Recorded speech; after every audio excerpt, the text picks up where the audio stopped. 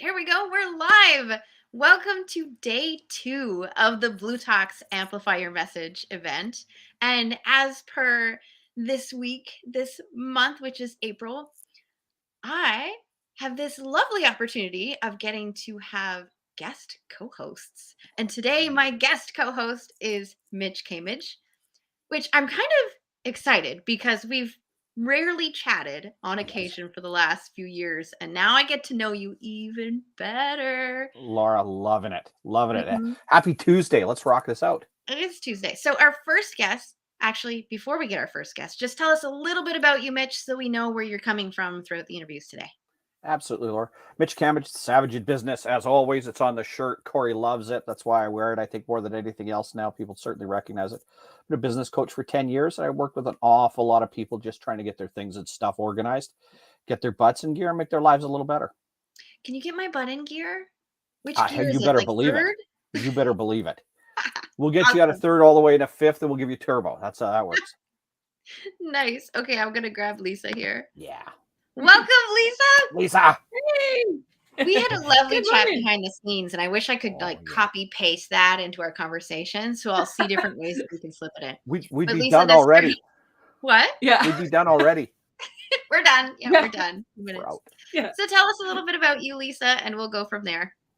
Sure. I'm an executive leadership coach, and I coach leaders specifically in small to medium-sized businesses. And I also have a course called Leading with Ease, where I walk them through the foundations for leadership. I started the course because we take the people who are best at their jobs and we toss them into leadership roles, and they get there and they're like, whoa. So I wanted that for sort of the beginning leader, but that's not what ended up happening, and you put your marketing out, and what ended up happening was I had people that were in the roles for like 5, 8, 10 years coming to the course because they'd never been given these things. So it was really interesting how that happened. But yeah, and I've been involved now with Blue Talks for a while. I was in volume 2 or 3. It's behind you. I can see it. I know it's volume 3. I can't see the number though. I was like, I have volume 8. And then I packed volume 1. Like, yeah, it's everywhere. Yeah. And I'm in another one coming soon. And I spoke this year twice, once this year and once last year. Actually, Mitch and I met very briefly at the talk in Alberta. Ooh. So very exciting. Which stuff. school was that at? The University of Alberta. Yeah, the U of A. Oh, okay. U of A. Yeah. Nice. So then here's what's going to happen for today and the rest of the day.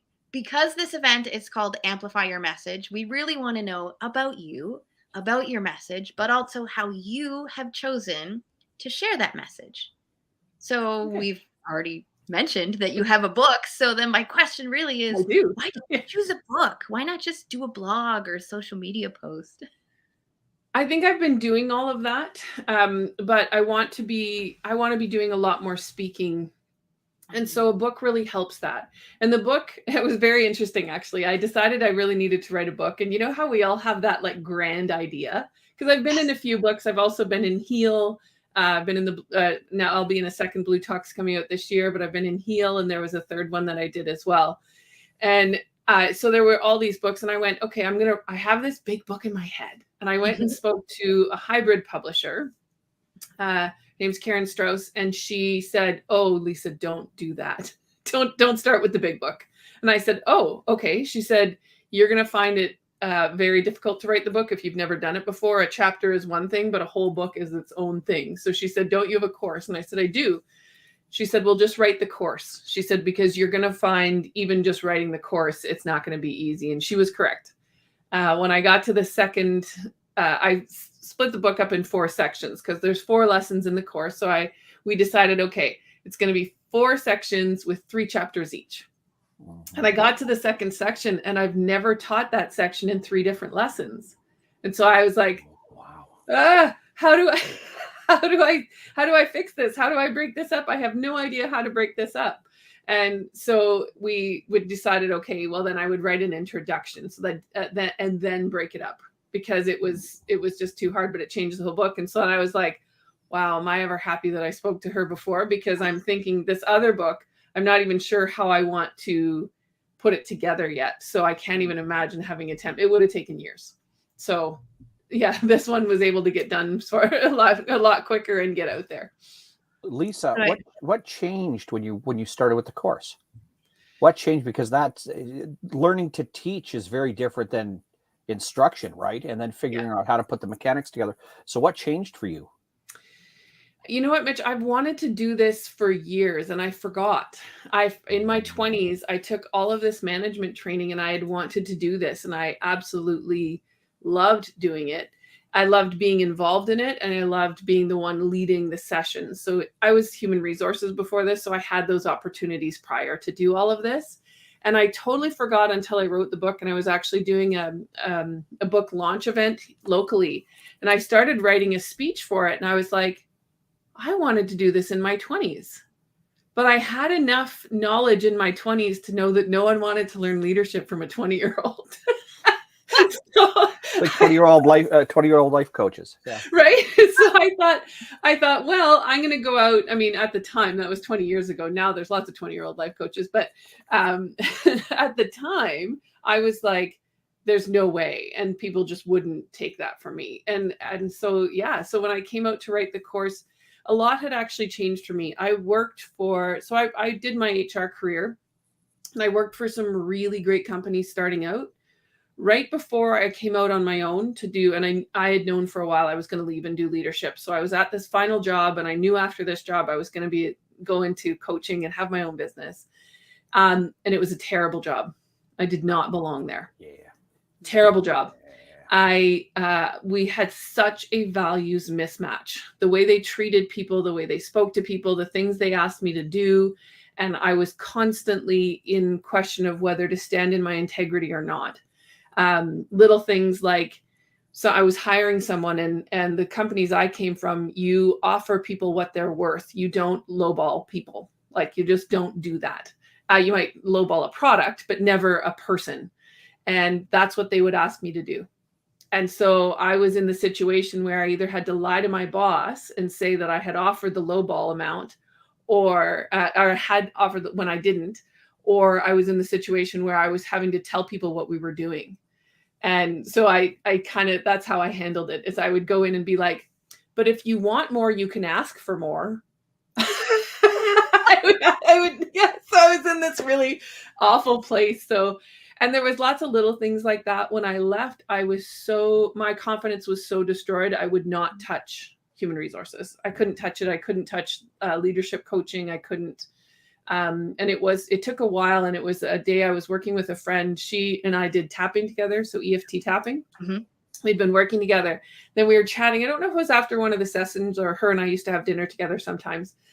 And she started telling me something that was going on in her business. And I just went on this rant. No, the leader shouldn't be doing that. They should do it this way. And she goes, Lisa, you light up when you talk about leadership. Why are you life coaching?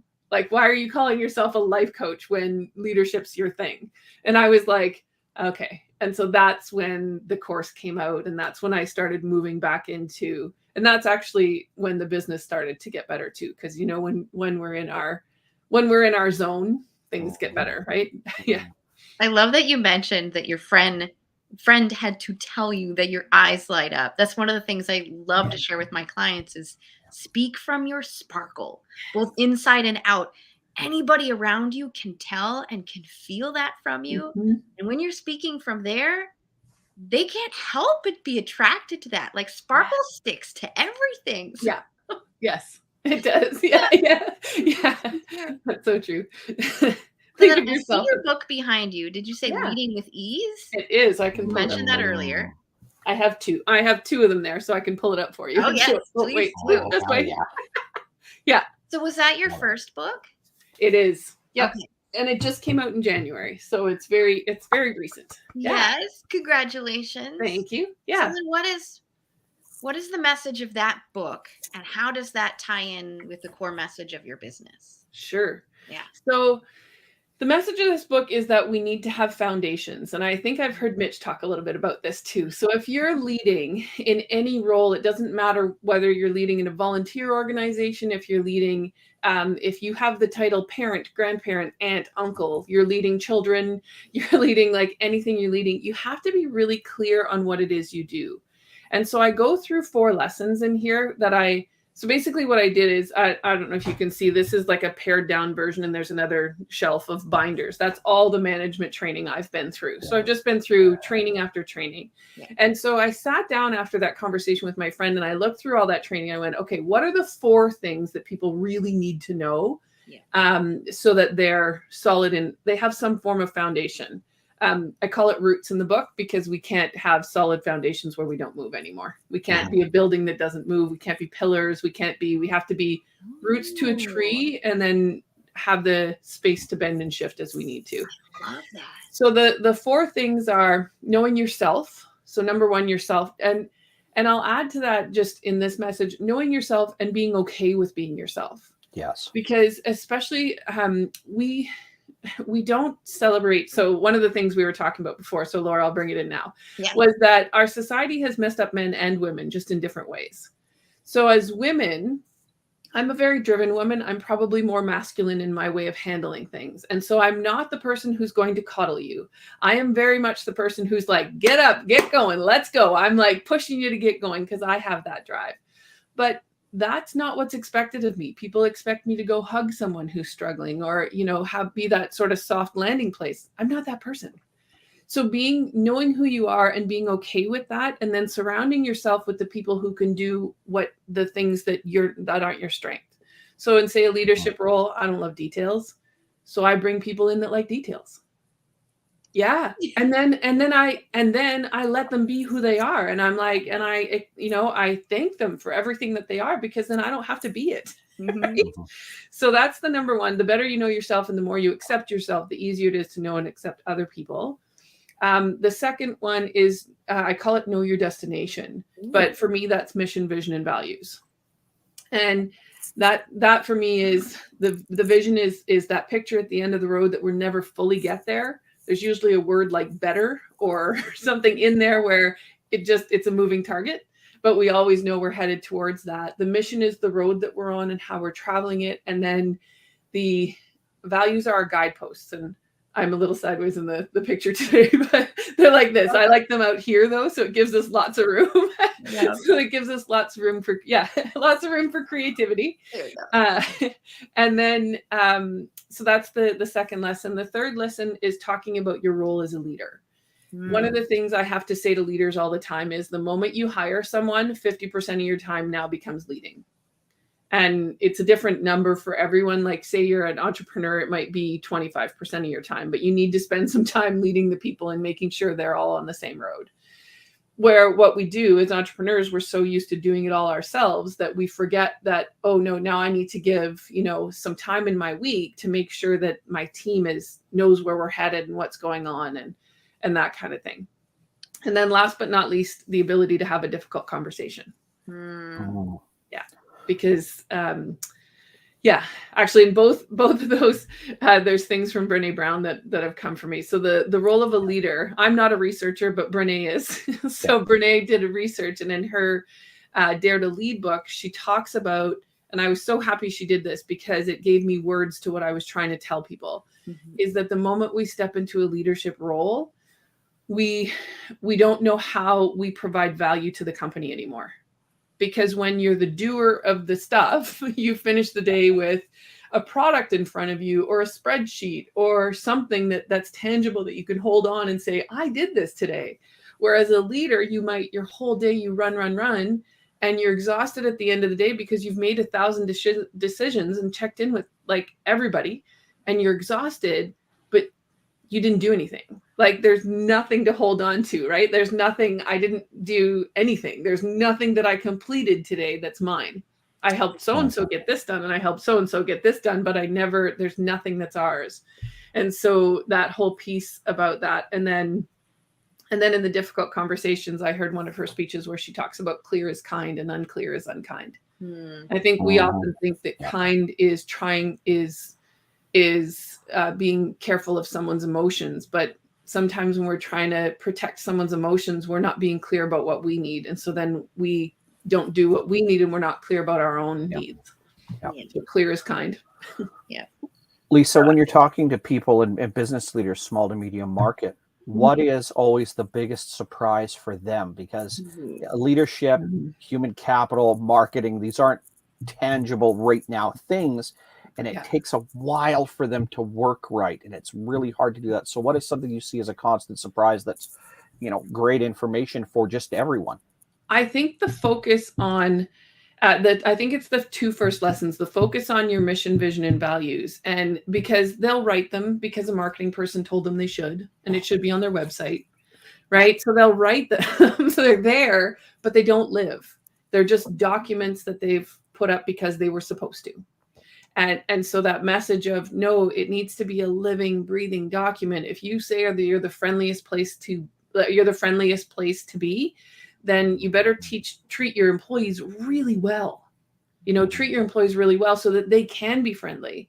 I used to use an example of a specific company, but it's not the case anymore. But there was a company when I was growing up. It was a food place. It was a fast food restaurant, and you could see everyone in the back. You'd come up to order and you could see everyone in the back, and they were supposed to be one of the friendliest places in the world. You could order smiles on the menu. And you would often see a student at the back getting yelled at. Yeah. Aww. So you could see someone getting yelled at back there, and they were supposed to be the friendliest place to be. You don't see it anymore, and it doesn't resonate with people, so I don't use that example, but it's still a good example. If you're supposed to be the friendliest place and you just yelled at that student at the back, and then I'm allowed to come and order a smile, like, they're really going to want to smile at me. Yeah, the smile will look like this. That's the way my daughter smiles. I'm like, can't you just be a little more natural? Like, think about something funny. Think about something like a hostage video. They got nothing but teeth. They should expect them to hold up a newspaper with the date on it. Yeah, it was kind of funny because her last school photo, she did like the worst kind of half-ass smile, and I asked her, I was like, if I send you for retakes, will you at least try? And she was like, no. I was like, okay, at least you're honest, and I don't have to waste time. Just keep it. Just keep the picture. Yeah, those are fun anyway.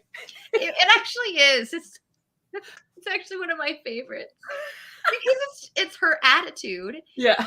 In a photo, like, okay, we'll keep it. It shows who she is. So, Lisa, when you were talking about the tangible and intangible, with employees being so used to just having that physical thing, something that we can see and feel and taste, like all of that, it feels like leadership is definitely more on the being mode than the doing mode. But we're still kind of developing that conversation where we do talk about emotional intelligence. And now there's this conversation with Brene Brown's new friend. Just lost her name. Oh my God. Susan David. There we go. Okay. Who speaks about emotional agility, where instead of emotional intelligence being seen as a soft skill, it is now a power skill. So we're starting to have that conversation that says these intangible things are powerful. They are. Even how we show up is powerful in how it affects other people's doing mode. So how can you speak to that leadership of how do we see things and feel good about leading when we don't have the tangible? So this is awesome because I interviewed, so I worked at a really great company, and so I used them as the example in the book, and I wanted another company that I could use, but I didn't want to use like a big company that everybody knows, like Apple or Nike, because I've never worked there and felt it. Yeah. So I interviewed a gentleman that I know through Toastmasters, and my boyfriend used to work for his company. And so I know that what he's telling me is the truth. Yes. And it was felt at what he calls at the face, because it's mining. He's in mining. So at the face of the business, basically the face of the rock, where they're going to explode the rock, that his employees felt that culture there. So I sent him a copy of the book right after I think he bought one, and I sent him a copy of the book to say thank you. He read the book, and he reads books and writes notes as he's reading.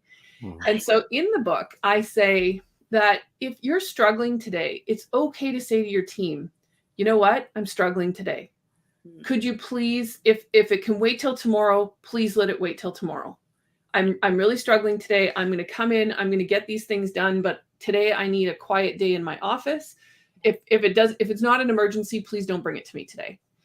And he was not okay with that. He was like, no, leaders are supposed to show up and be strong all the time. And I was like, that's not possible. That's not possible. You are a human being.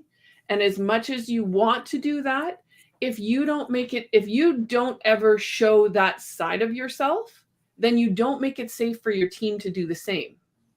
Yeah. And so then they may not feel comfortable coming and saying to you, hey, I'm here today, but a family member died last night. I'm struggling.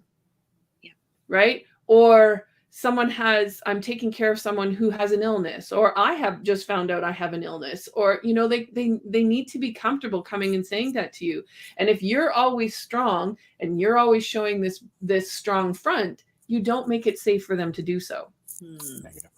And so instead of so for me, that's a safer thing to do. Hey, I'm struggling today. Please don't come to me. Because if you don't say that, here's what happens. Someone comes to you and you go, why are you asking me that question? Like, you can't figure it out yourself. Like you get into that kind of thing instead of, you know what, I'm struggling today, so that when someone comes, they can say, I know you're struggling today. I just need this one piece from you.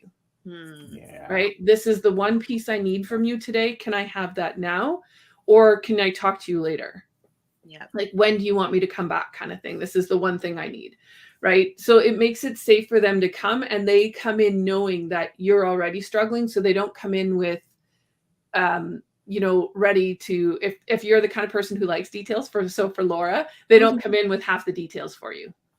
Because they'll know that frustrates you, right? But they don't come to me with all the details, because I'll be like, oh, good Lord, just give me the top level. Right?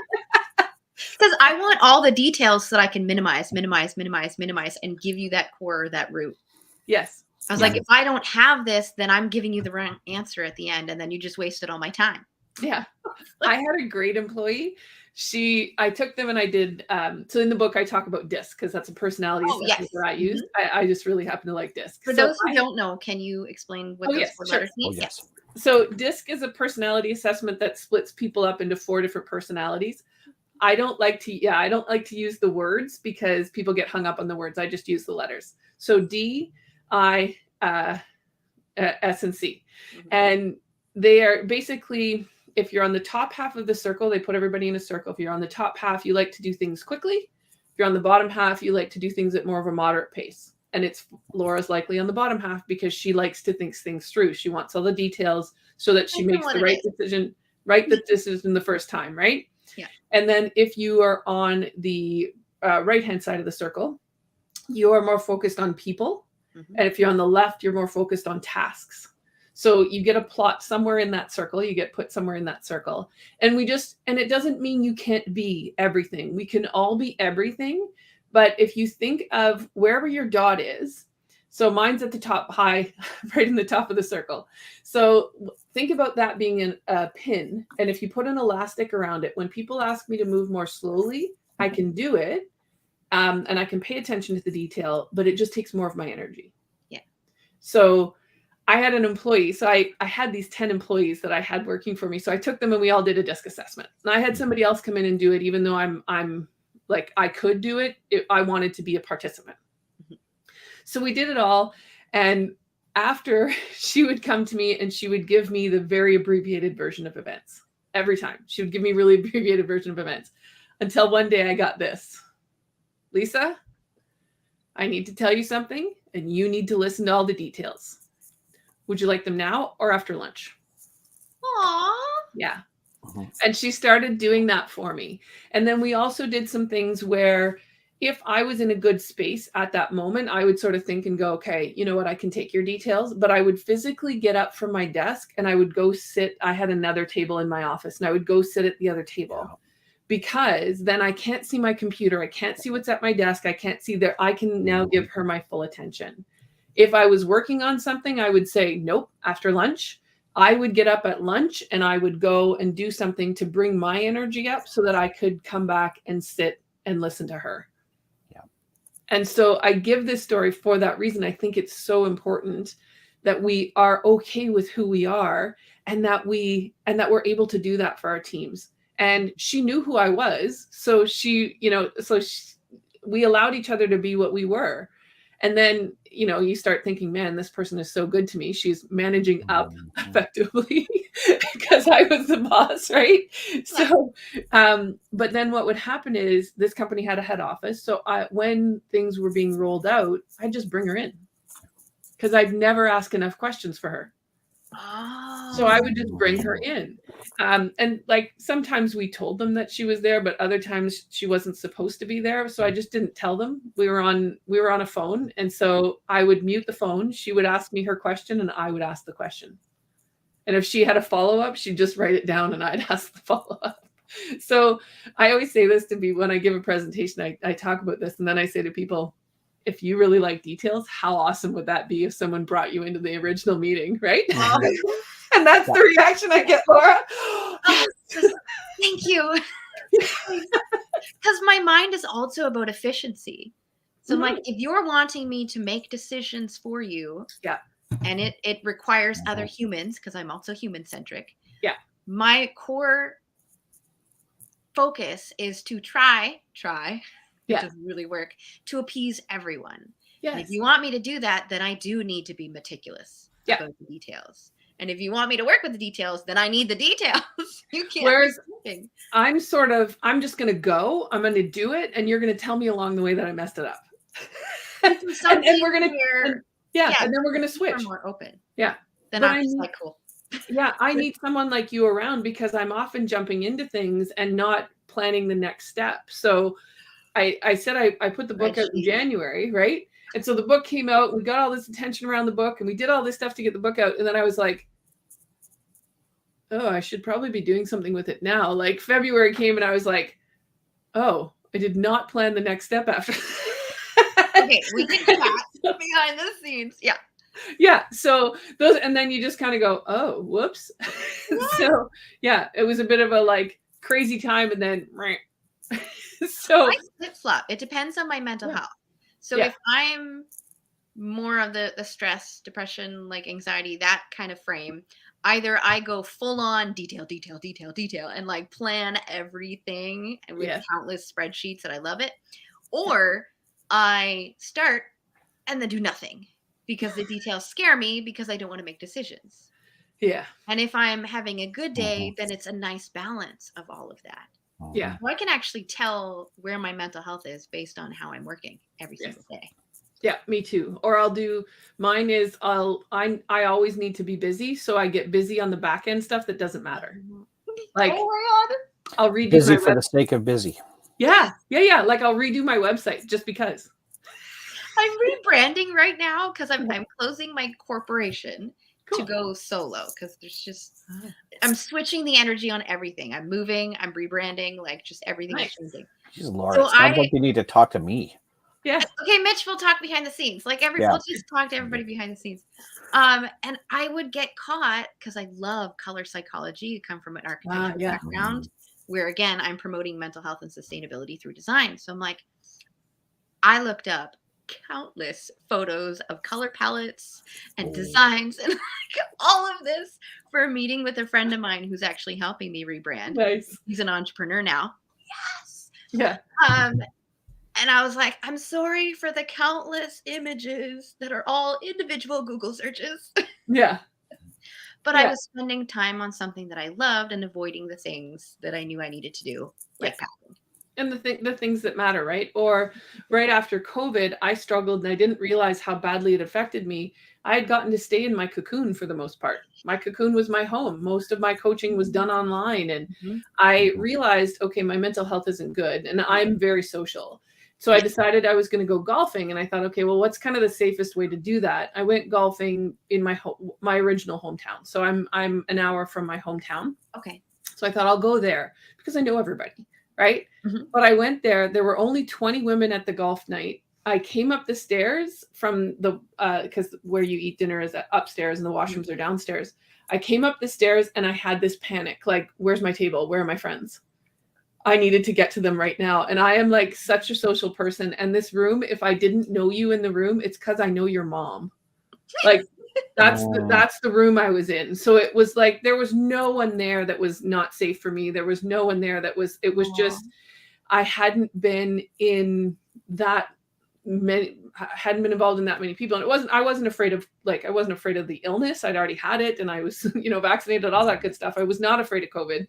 It was just the amount of people and it just created this anxiety. And so you kind of forget. So then I catch myself sometimes that I'm cocooning again.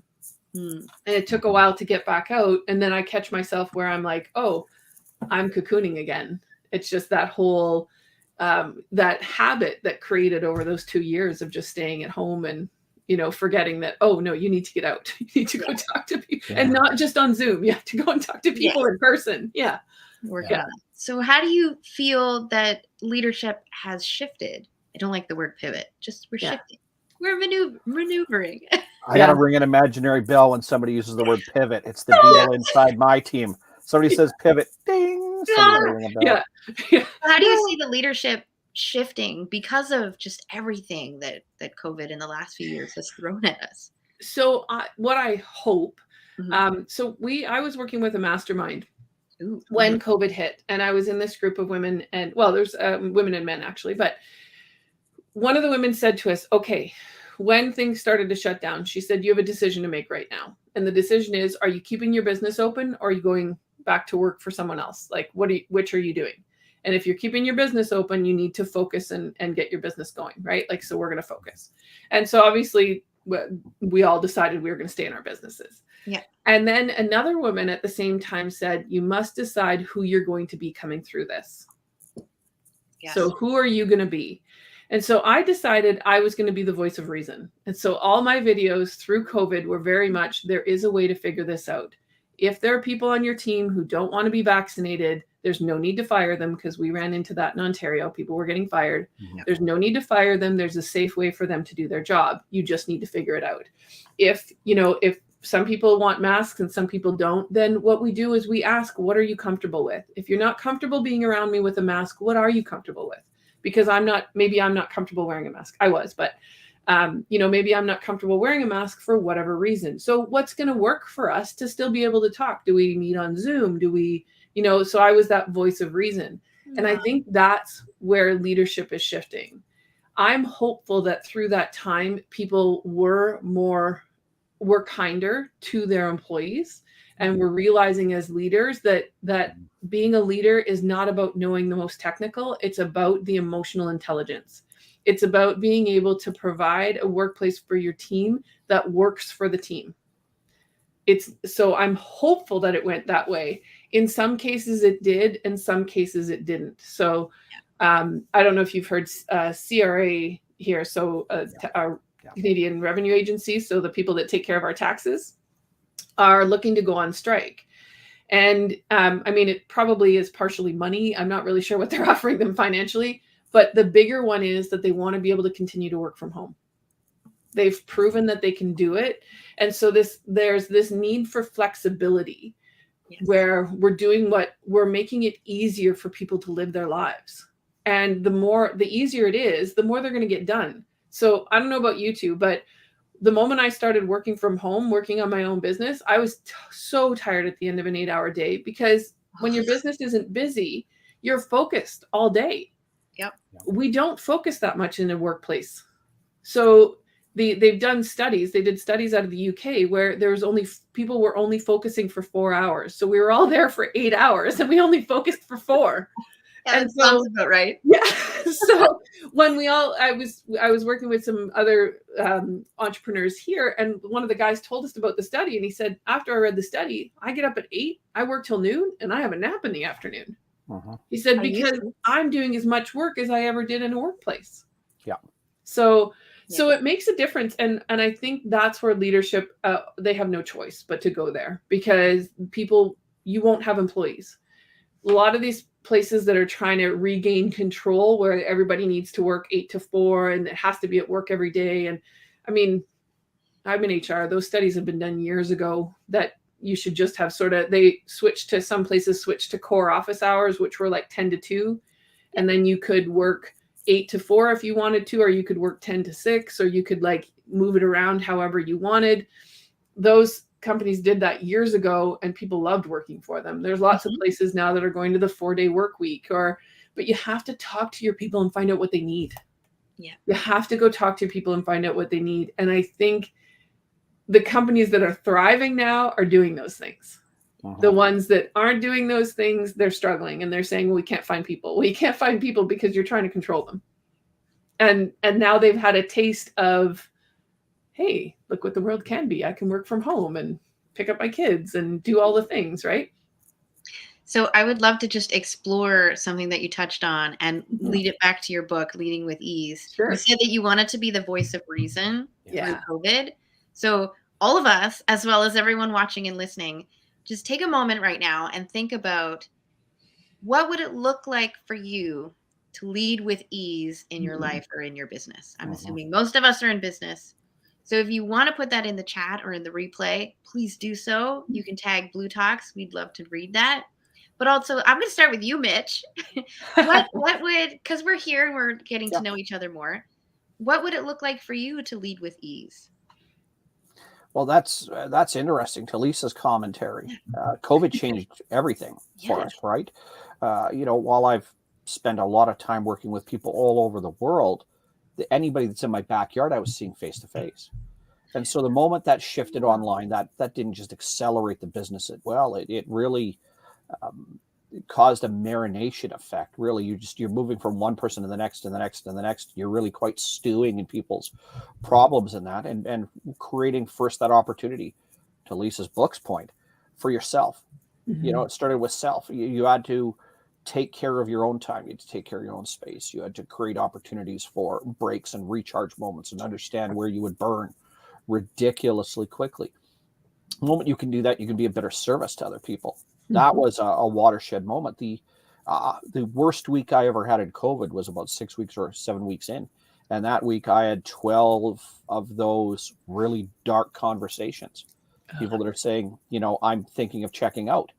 It's not my primary bag. I'm not a therapist. I'm not even a life coach. I'm a business coach, right? And you're going, well, how do I wade into this? That consumes you a lot. And leadership and governance of people is a really tough industry to be in. It's a very, very tough spot to hang your hat in and continue to have to thrive there. So you have to take very good care of yourself. You have to watch what you eat, and you have to get enough rest, and you have to make sure to decompress and unplug and spend time with people that are really good to you and good around you. And that way you can be of really high service too. So Lisa's point about the first part of our book, it's really about care of self. If you don't do that first, there's not enough left of you to go around for everybody else or what your business requires, etc. I'm going to take everything that you just said. I'm going to say ditto, but then I'm also going to say, I don't remember where I heard this, but somebody somewhere had mentioned that people who are described as strong, to your point earlier, Lisa, let's switch that word, stop calling them strong and start calling them courageous. And I was like, oh, that is my wheelhouse. I want to lead with courage, which is a little hard at the beginning because we want to be vulnerable. We want to be authentic. That's what people are asking for. But this strength really is that emotional intelligence of courage. Well, Laura, let me comment on that. And Lisa, I want your take on this 100% because the show's about you. Yes. Courageous is a great word to add with strong, or to replace with strong, because people that are strong in themselves, strong leaders, strong managers, strong in business, etc., have faced a lot of adversity. You have to get kicked in the private parts a lot. And get used to standing back up over and over and over again. And that's resilience. And then you develop perseverance and that sense of discipline and that practice. And that's what gets people to follow you every day. Lisa, what are you seeing with that? Oh, so I love this. There's a couple of things that you said that brought it up and that'll lead to this. So Mitch, when you were saying you had that really bad day, mine came because I had a friend who had a 4-year-old and a 6-year-old, and I have teenagers. And so I kept comparing myself to her and thinking, I've got it great. I got teenagers who are mostly taking care of themselves. And it was same, Mitch, 4 to 6 weeks in, I was finally having a day to relax on the couch, and one of them opened their bedroom door and my shoulders went like this. And I realized what had been happening is that my oldest needs a lot of attention, and she'd get it at school. She had learning disabilities. And so she had someone in the class who was there to help her. Well, all of that attention was now gone, and she was very stressed. And so I would be down here working. And remember, I said we were going to focus on our businesses. We were going to keep it going. The moment my foot hit the bottom stair, because I'm in the basement, I don't know how, but she knew I was there and she would come bolting out to me. So the moment my foot hit the bottom step, I would hear that doorknob turn. And I didn't realize what it was doing to me because I never had a break. I had work, and then I went up to take care of them. And even if it was just something simple like, can you help me with this math problem or whatever, there was zero downtime for my brain. And so I love that when you said that, because what I had to start doing, because I started taking on some really tough projects too. I'm a mediator, and I mediated a lot. Yeah. I always say any small little rub when COVID hit, that it just did this. It just exploded. Any little rub that was in your team exploded. So it says on my website that I'm a mediator, but it's like under consulting. It's not, I don't advertise it a ton. You have to have heard me speak at something like this where I'll say it. I did so many mediations in that time. And so what I started to have to do, I bought a swing early on in COVID. I would literally go and sit on my swing. I would lay down on my swing outside and just let my emotions run through, because there was so much going on. And Laura, to your point about changing strong to courage, I love that, because here's what we do to strong people. We don't help them. Exactly. We don't help them. We don't know how to help them. They got it. They're strong. They can handle themselves. It's like, no, somebody take care of me. Somebody take care of me. And I'm one of those people, like, I am very much considered a strong person, but I have my moments. So I remember I was scuba diving once and I got the wrong size BCD. So that's the thing that floats you. Yeah. So that's the thing that goes around you that floats you. And it was too small. And so it was pushing on my ribs. So I could never take a full breath. Oh, I couldn't figure out why. I didn't know if it was my air or what was happening, but I panicked and I came back up to surface, and my friend was in the boat, and she said to me, I have never been more afraid in my life. And she was fine. She was in the boat, but she said, I have zero clue how to help you. I had zero clue how to help you, and I'd never seen you not be strong. Yeah. Yeah.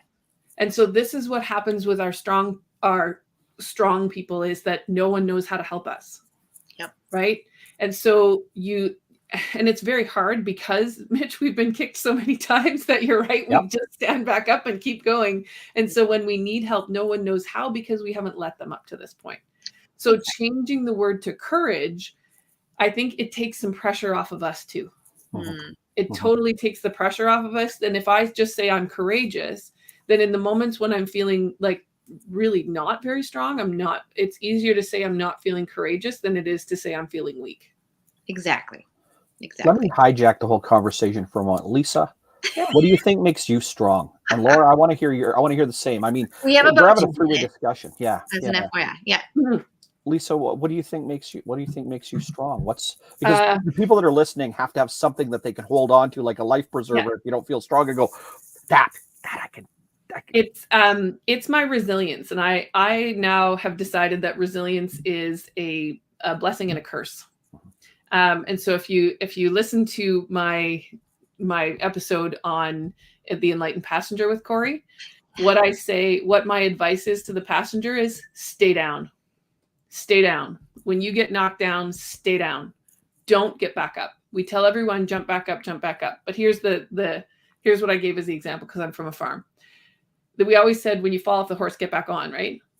Nobody gets back on the horse. They check the saddle, they check the horse, they figure out why they fell off first, and then they get back on the horse. And so that's what I say is stay down, because I think people see me as strong because I'm resilient. So I get knocked down and I jump back up really quickly and I keep going. Yeah. But I'll say that it is also my Achilles heel, because I get back up and keep going without taking in the pain first and taking in the lesson first. So if you stay down, so I go back to that example with the horse. Check the horse. Did the horse trip? Is there something that, I don't know if they still have horseshoes, but did a shoe fall off? Did you not tie the saddle tight enough? Check all of those things, right? That's what we would do. So when something knocks you down, you really need to stay down and figure out, why did this knock you down? What went wrong? Then get back up. But I'm seen as strong because I'm so resilient. It doesn't matter what comes at me. I get back up and I keep going. And there are days when, good Lord, I don't want to. Oh, yes. That's like 75% of the time when I get knocked down. Like, stay here and take a break for a while. Maybe crawl a in a little mini hole. vacation that's not really a vacation, and then go. Well, it's Yes, last time you right? stared at the ceiling, right? Yeah. I stare at the ceiling a lot. Yeah. Right. Yeah. I think the thing that makes me courageous the most is tied between my vulnerability and my playfulness. So I used to hide my playfulness. As you can tell, like I'm smiley. I love life. Yeah. It's great. I kind of act like a 6-year-old sometimes. And I used to be shamed for it constantly. Yeah. Like being a little kid or acting like a little kid is very unprofessional. It's like, well, after having spoken about mental health a lot and having those really deep, dark conversations, and you feel like you're down here, I'm trying to get as low on the camera as possible. You need that extra playfulness to balance it out. You do. And so when I was down here and only allowed myself to hear, guess where the medium is? Below normal. So then I saw everybody around me being below normal. I was like, this can't happen anymore. We need it up here so that we can have that harmony, not balance. Another word I'm switching. Yeah. Harmony. And then challenge, not stress. Right? It's like all of these words. It's how do I feel about them? And how am I coming at things with a different stance when I could come at it with a better stance? Ooh, I love it. Be a little more open. Yeah. Mm-hmm. So I'm trying to figure out where our next guest is. So Mitch, if you have a question, you're more than welcome. But we do want to know, Lisa, just in case our next guest comes, where do we find you? Sure. How do we get a hold of you? So you can find me at lmwcoaching.ca. Okay. And I have some free books on there. So it's just /free books. And you can find the information on the book. And I have some courses that go with the book at leadingwithease.ca. Yay. Did you said you have another book that you're writing? Like currently? No, it's in my head. And so someone said mine that to me. too. Yeah. Oh, come on, they Lisa. said, are you writing it now? And I said, no, I spent last year writing this book. So I want to, give the message out and get the message out on this book as much as I can. Then the next one is the much bigger book. Like there's a lot of thoughts in my head and there's kind of two sides to it. So, and some of it is what I touched on in this book, but just going deeper into the side of leadership where you're leading yourself and the side of leadership where you're leading others and what that looks like. And so it's this, I have so many little ideas and I'm like, do I write it like one after another? So leading yourself, then leading them. And like, it's still there. It's swimming. It's swimming. It'll come. Also It'll come, chat but behind the scenes. I'm doing the same thing with my book. It's like I thought I needed to write this book, which I called Health Starts with B, specifically to make people go, no, it doesn't. What is this supposed to be? I love it. But at the same time, the universe and like all of my life is like, this is not the time for that book. Yeah. But I've been planning this book for over 10 years. This is not the time for this book. Yeah. Okay. It'll come. I think it'll come when it's ready. Cause that's, like I said, with Karen, who told me don't start with that book, because I'm also learning the lesson of, I didn't plan that well. I launched the book and we did that. And I didn't plan it out well to go, wait a minute, I could have launched here and then somewhere else. And, like I could have, if I'd planned this out better, I would have brought it out to different places. Yeah. So that's a lesson learned, right? So from this sort of smaller book, so when it comes time for the I'll say the bigger book that I have in my head, and who knows, there's probably more that'll come. Oh, hopefully. Then I'll have learned these lessons and I can get that whole process at the beginning. On our chat, I will call the both of you out for a moment. Sure. For one simple reason. It is not ready, aim, fire in business. It is fire, ready, aim. There is no waiting and no pause. And Lisa, if you're going to learn the lessons, you've got to wade right out into the middle of this pond and fight the alligators without a paddle and do everything under the sun. Yeah. Oh. Yeah.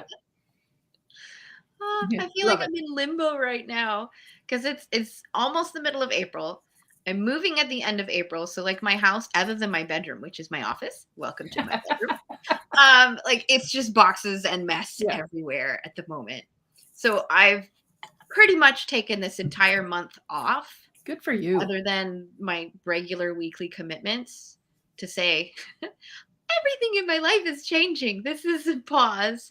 I will see you next month. I love it. Which I couldn't do if I was an employee, or I couldn't do without the flexibility. I couldn't do without understanding where I want to take my business. Yeah. And having that consistent conversation. Yeah. And good for you on that. Because here's the thing that we don't do enough is we don't take that break. And, you know, like I had this, like November through partway through February was so busy with the book. And just right before the book in January, we put out we put some stuff out to the news. So we put out what's the right word, but a public relations report, or not, just anyway, out to all of them. Yes. Yeah. Thank you. So we put it out, and then all of a sudden I was just getting all these interviews. And so every day I had a plan for the day of things that I was supposed to get done for the person who was helping me market. Here's the stuff I was supposed to do, but I ended up on the news, and I ended up here and there. And I was like, wow, this is great. But it was overwhelming. And I wish I had said like you and just said, okay, once it's all done, I need to take some time and just go, because it was a lot. The every day was just so busy getting things done that I needed that downtime, and I didn't take it at first. And then there was that moment of like, oh, now, like, what am I supposed to be doing now? Because it sort of was all done. And then you were like, oh, now what? Oh yeah. Whereas if you'd planned to like, okay, this is the rollout, and then this week I'm taking off. Yeah. Or these 2 weeks I'm taking off to just breathe through. And those are the kind of things when I say the lessons, Mitch, I agree with you. I think it's just ready. You got to go. Just go. I was kind of forced to take the time. I had surgery not quite 2 weeks ago. So then I had a week of recovery, and I tried to do things, and my body was like, That's injured, not hurt. Your ass has to rest. You gotta, but it was minor surgery, and I was thinking I should be fine. A couple days of rest, sure, I should be able to get up and move around. Apparently not. Apparently just the exhaustion of your body going through that. Yes. Needed some time. Not necessarily any stitches or anything like that. There's no stitches. Doesn't matter. It's still just the exhaustion of trying to heal from it. It's like, oh, I forgot. My mom's a nurse, and she used to that's how she puts it to me. It's still a trauma to your body. Yeah. So I had a knee surgery, and they're so good now at like very small incisions. So like there was no stitches, there was nothing. There's 3, and it was when I was younger, but there was 3 little cuts. Yeah. And then they went in there and they did what they needed to do with these 3 little cuts. Nice. And so because we don't see the scar, we think, oh, I'll be fine. No, your body still went through a trauma. It still had whatever they gave you for anesthetic, whether it was just localized or whatever. Your body has to metabolize that. And like, there's all of these things. It's still a trauma to your body, right? Mm-hmm. So I will let you know that our next guest actually is scheduled for June, but I have an old copy of the schedule. So this is an open time. I want to be mindful of your time, Lisa, just in case you have another priority. But you are more than welcome to stay for this session. I'm okay, but I understand if you guys want to move on to the next. No, I think like it's you're until here. All right. We're not allowed to be here. No, until the next person shows up. I think it's free game. Like all of us just get to know each other about our own messages, our own preferences for how we share these messages. Because again, like this is about amplifying your message. Yeah. So you did mention, we're going to start here, Mitch. It's going to be fun. You did mention you like to be on stage, Lisa. Were you ever afraid to be on stage? And then Mitch, you're next. So I'm asking you too. Oh, I was terrible. I was a terrible public speaker. And yes, because I was afraid, and there was 1,000 reasons for it, but I just wasn't good at it. I was really, really shy when I was a kid. And when I was in HR, I had a boss who had a health problem that she would just not be able to come to work. And we did employee meetings, and the employee meetings were like, there was like 10 meetings in 2 days. So we went to one site, there was 3 meetings at the one site but the other site, it was a paint line. So people started at different times. So there was like 7 meetings there in a day. My boss would call and say, present. I can't come in. You need to go. Mm-hmm. And so now I'm presenting, not only am I uncomfortable with it, but it's information that I have zero knowledge of. I get the presentation right before. Oh. And so I got up, and it was awful. I spoke quickly. I spoke quietly, and I got off the stage. Like I was like, out. So the general manager, of course, my boss never saw me because she was never there when I did it, right? So the general manager went to her and said, Lisa cannot do those anymore. Yeah. Don't ever ask her to do it. Lisa cannot do employee meetings anymore. And my boss was awesome. So I actually wanted to be an HR manager before I turned 30. And I went to her and I said, okay, I had been offered a job and turned it down. So I said, I've been offered this job. I turned it down because I know I'm not ready. What do I need? And so that's when she said to me, well, the general manager told me you're not allowed to do employee meetings. Oh. And there was one other thing. So then I went to Toastmasters. And I did my first 10 speeches in the year. I took on a leadership role there. So I did my first, they used to have, it was different before, you had competent communicator and competent leader. So I had them both within the year. And within that year, the same job came back up and they just called me and offered to me without an interview. So I got it. And then I've just been practicing and working. I stay in Toastmasters because it keeps me up and speaking. What I discovered, so after I left there wasn't a club where I wasn't practicing regularly. And it's like anything else. If you're not practicing regularly, you kind of fall off. So the more I stay, the more I'm at the club meetings every week and speaking, even if it's just in a small way, it keeps me focused and keeps me going. So yeah, I used to be terrible. I used to be very nervous.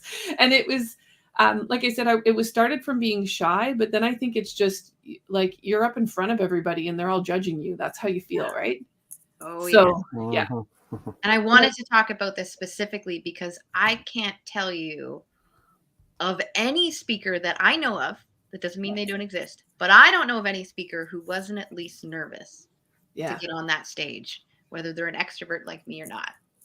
I was on a thing this weekend, and it was a really great event put on by a Toastmasters club called She Speaks. And they're out of the US. They had a bunch of us come and speak, and their keynote speaker was asked about imposter syndrome. Ooh, yes. And she's been in rooms, so she does a lot of work where she's raising money for things. So she says, all of a sudden here I am in a room with all these rich people. She said, talk about imposter syndrome. She said, here I am, I'm not rich, I don't have. And so she said, what I've started to do is, and this really stuck with me, was she said she stands in front, she stands in like at the beginning and says to herself, I belong here, people are rooting for me. I belong here, people are rooting for me. And I was like, that is so impressive. And I will find her name for you because I feel bad not sharing her name, but it was Patty Williams Down. That's her name. And I thought it was such an impressive thing to say. And so then I was doing it this morning, just because you still get nervous, right? You still get nervous. Like, I can't see any of the people listening to us right now, but I know they're out there and I know this is going to stay online for them to watch later. Mm-hmm. So there's still this piece of like, say the right thing. Right? But that's why I like to do these interviews slightly differently. I don't go behind the scenes and research every person that I interview. I want to get to know Lisa. I don't want to get to know Lisa's business. I want to get to know Lisa because your business is an expression of you. Yes. Yeah. Not you. It's not a piece of you. It's not your baby. It's an expression of you. So if I get to know Lisa, then it doesn't matter how you choose to express your business today or in the future. I always know where you're coming from and how you're going to treat me. Yes. That's what I want to know. Yeah. Thanks, Mitch. Okay, your turn, Mitch. I want to hear stories. Tell me about your first time on stage. Well, I actually have to comment on imposter syndrome. The best thing, and this is not me, the best thing I ever read about imposter syndrome is the moment you realize that imposter syndrome is the best way to treat whatever you're going to do that you're afraid of, like you are an actor on the stage. It changes imposter syndrome entirely. Like, what a great role I get to play today. I get to stand up on stage and pretend to be a professional speaker and an expert in this topic. And I am so good at it that I fooled everybody else, including myself, into believing that I know what I'm talking about. Man, I am going for the Oscar. I'm coming away with that statue. Like, let's get after it. Like, it was the best piece I've ever seen written about imposter syndrome, and I loved it to this day because the moment you get nervous, you're like, This is the role of a lifetime. I've been preparing for this forever. Love I'm it. just I'm gonna take the costume off when I'm done, and it's gonna feel so good. But right now, it's go time. Like, it's such a wonderful way to frame imposter syndrome that it treats it like it's ridiculous. Like, great, I fooled everybody, including myself, to this point. Now I get to perform, and then I can hang the costume up later and go home and say, "Ha, fooled all you suckers!" Right? I got you. I got my costumes in Exactly. here. I just hang it up on the hook, and there we go. Right? I love it. Wait for the next time I get to put it on. Laura, I'm gonna disappoint you. I haven't been afraid to talk in front of people since I was in my teens. About anything? I joined Toastmasters Toastmasters in high school. Mhm. And Oh, so before I your was in teens? Toastmasters in high school to begin Nice. with. And when I left, I joined the Army, and then I ran a martial arts dojo, and I was in corporate security. So really early on, well before anybody should listen to a 22 or 23 or 24-year-old. Nice. We go back to the life coaches kind of thing. You should not be, quote unquote, in a room at that age with that much power or influence over other people. Yet somehow you find that you do at that point. And I'm egocentric enough as a young man to just go, well, of course they're listening to what I have to say, right? they better, right? Yeah. Don't you know who I am, kind of thing. So Okay, so then when was the first time? We're not talking teens and Toastmasters. How old were you the first time you ever stepped on a stage? on a stage properly? No, just on a stage to perform. In front of an audience? Sure. I must have been little. I must have been little. About this little? Possible. I love it. Guess who that is?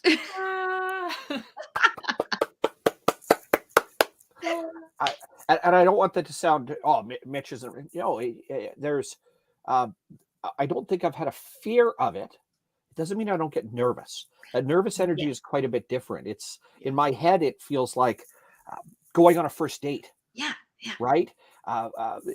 Having a first sales pitch. Like, to me, that's what that nervous energy is. Just There's a little bit of the butterflies in your stomach. And there's butterflies and a sense of frenetic energy and a wishfulness about it. Like, not, I hope this turns out well. Like, what's going to happen?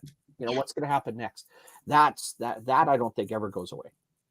No, ever goes. It never, but I also think, back to your point, Laura, that it depends on where you are mental health wise, how well you go into it. Yeah. Because my first trip going away anywhere was that U of A speech.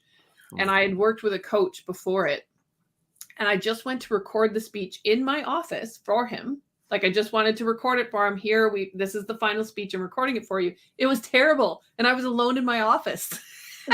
So he called me while I was there and was like, Lisa, oh my Lord, what are you doing? Like, what's happening? I'm like, just ignore the nerves. I don't know why, because I think I was nervous about traveling and stuff. But it depends where your mental health is. It was my first trip away, and there was always those concerns about whether you needed your vaccine pass and you needed this. And there was all those nerves as well, because I was coming from Ontario. And it came into the speech. Once I got to once I got to the Blue Talk stage, it was better, but I was still very nervous. Whereas when I did the one at UCLA in January, my mental health was in a much better state by then. I'd now traveled a couple of times. It felt safer going around. My mental health was better. And I took the pressure off of myself. Whereas at the first Blue Talks, I was like, I have to have this whole speech memorized. I have to say it perfectly. I have to, whereas, and that's not the point to those, right? The point to those is to have a good video. So at this one at UCLA, I was like, oh, there's a spot I keep forgetting. Oh, well, I put my notes up in the front. And I walked away, and I was like, hold on. I walked away. I walked back to where I was supposed to be, and I went on, and you don't see it in the video because I moved back to the same spot. And then a woman said to me after, who was speaking after me, she said, I'm so grateful you did that. She said, I was so grateful to see you do that, because it took the pressure off me to be perfect as well. And I think so again, it's where your mental health is in that moment and the pressure you are putting on or not putting on yourself. I was speaking on the weekend and it was just like, this is going to be fun. And the night before it was a keynote from the Leading with Ease book that it was the first time I was giving it. And I was like, oh, well, it'll be what it is, right? So it was very much, I just totally took the pressure off myself. So I think, Mitch, what I'm hearing from you is that you took the pressure off a long time ago. The nervous energy is there, but you don't put that pressure on yourself for the perfection and the, you know, because I think that's what starts to happen is I have the title of Distinguished Toastmaster. Well, there's an expectation. When you say you're a Distinguished Toastmaster, now there's this expectation that I'm going to be perfect. And sometimes the feedback that you get because of it is like that. I had a Toastmaster attend an event.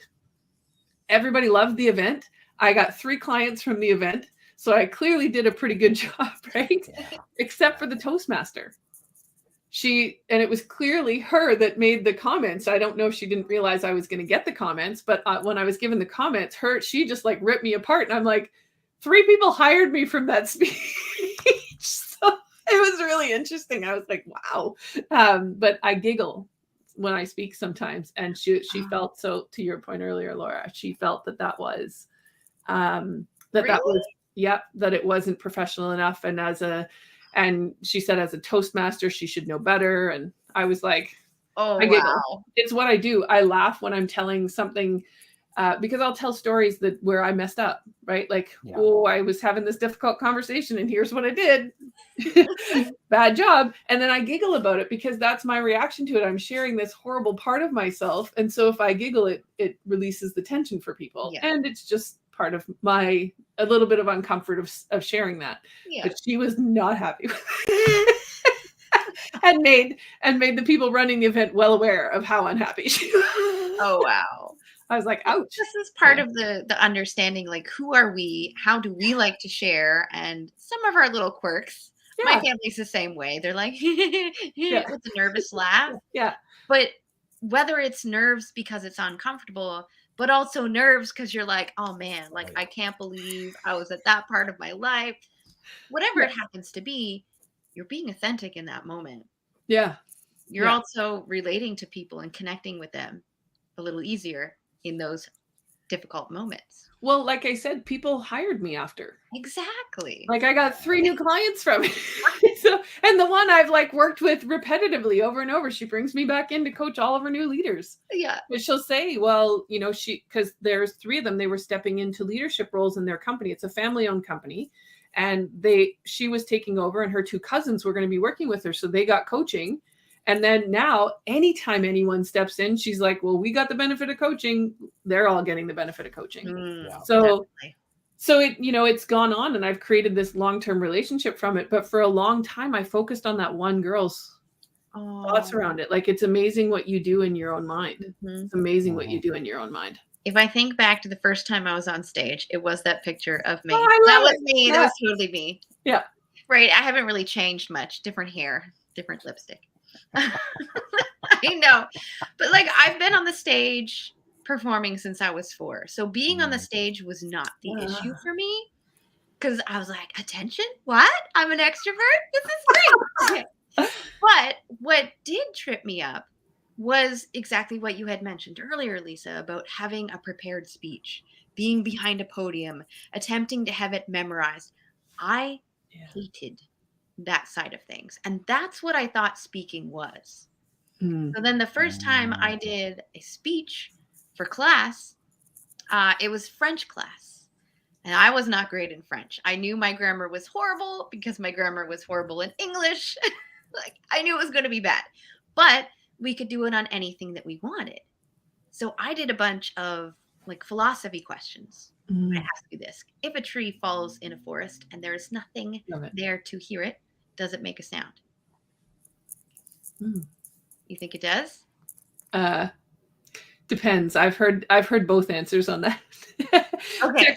Technically it does because the sound waves are there, but if there's nothing, like, it depends on if there's nothing there to hear it, it doesn't make a sound because the waves go. So technically yes, because the waves are out there. But if there's nothing there, nothing there to hear it, nobody hears it per se, but the waves are there. Actually, technically, the vibrations are only classified as vibrations. It's not classified as sound. See, this is the thing I loved. I was like, oh, I could talk about this stuff. It's not classified as sound unless you have a receiver. So without a receiver, it's just vibration. I was like, oh, okay. So I did a whole talk on stuff like that I was excited about. Yeah. Speaking from my sparkle.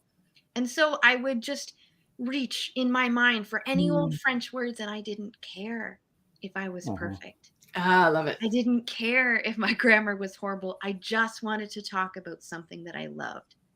And my teacher was like, wow, why can't you just do this every day? It was in that moment that I realized that if I wasn't in my head trying to memorize and speak from logic and like spew out data from my head, Yeah. I was fine. If I spoke from here, the passion, the knowledge, the self-experience, that's what I loved. Nice. So I vowed in that moment that anytime I was going to give a speech, it would just be from my heart, from my experience. So then the first time I was on stage, I like pictures. So the first time I was on a stage, I did get vulnerable. And to the point, like this is the only photo I had of me on stage. Oh, nice. For years until Harvard happened last summer. Awesome. So this was me pouring my heart out, ugly crying, like ugly crying on stage. That's the only photo. That'll get you over any of the gremlins you have.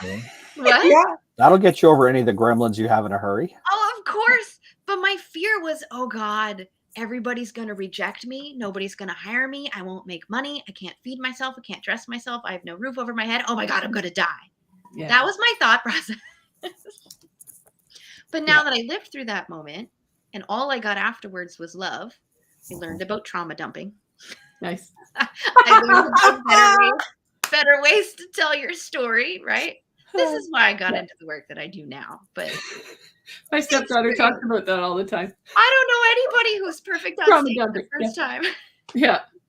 It's so true. And I think there's some pressure too from, so it's how well you've been celebrated in your life as well. So remember I said at the beginning as a female, and I think I didn't give the male's counterpart, but as a female, there's an expectation that I'm sort of that soft place to land. I'm going to be the person that gives you a hug when you need it and whatever.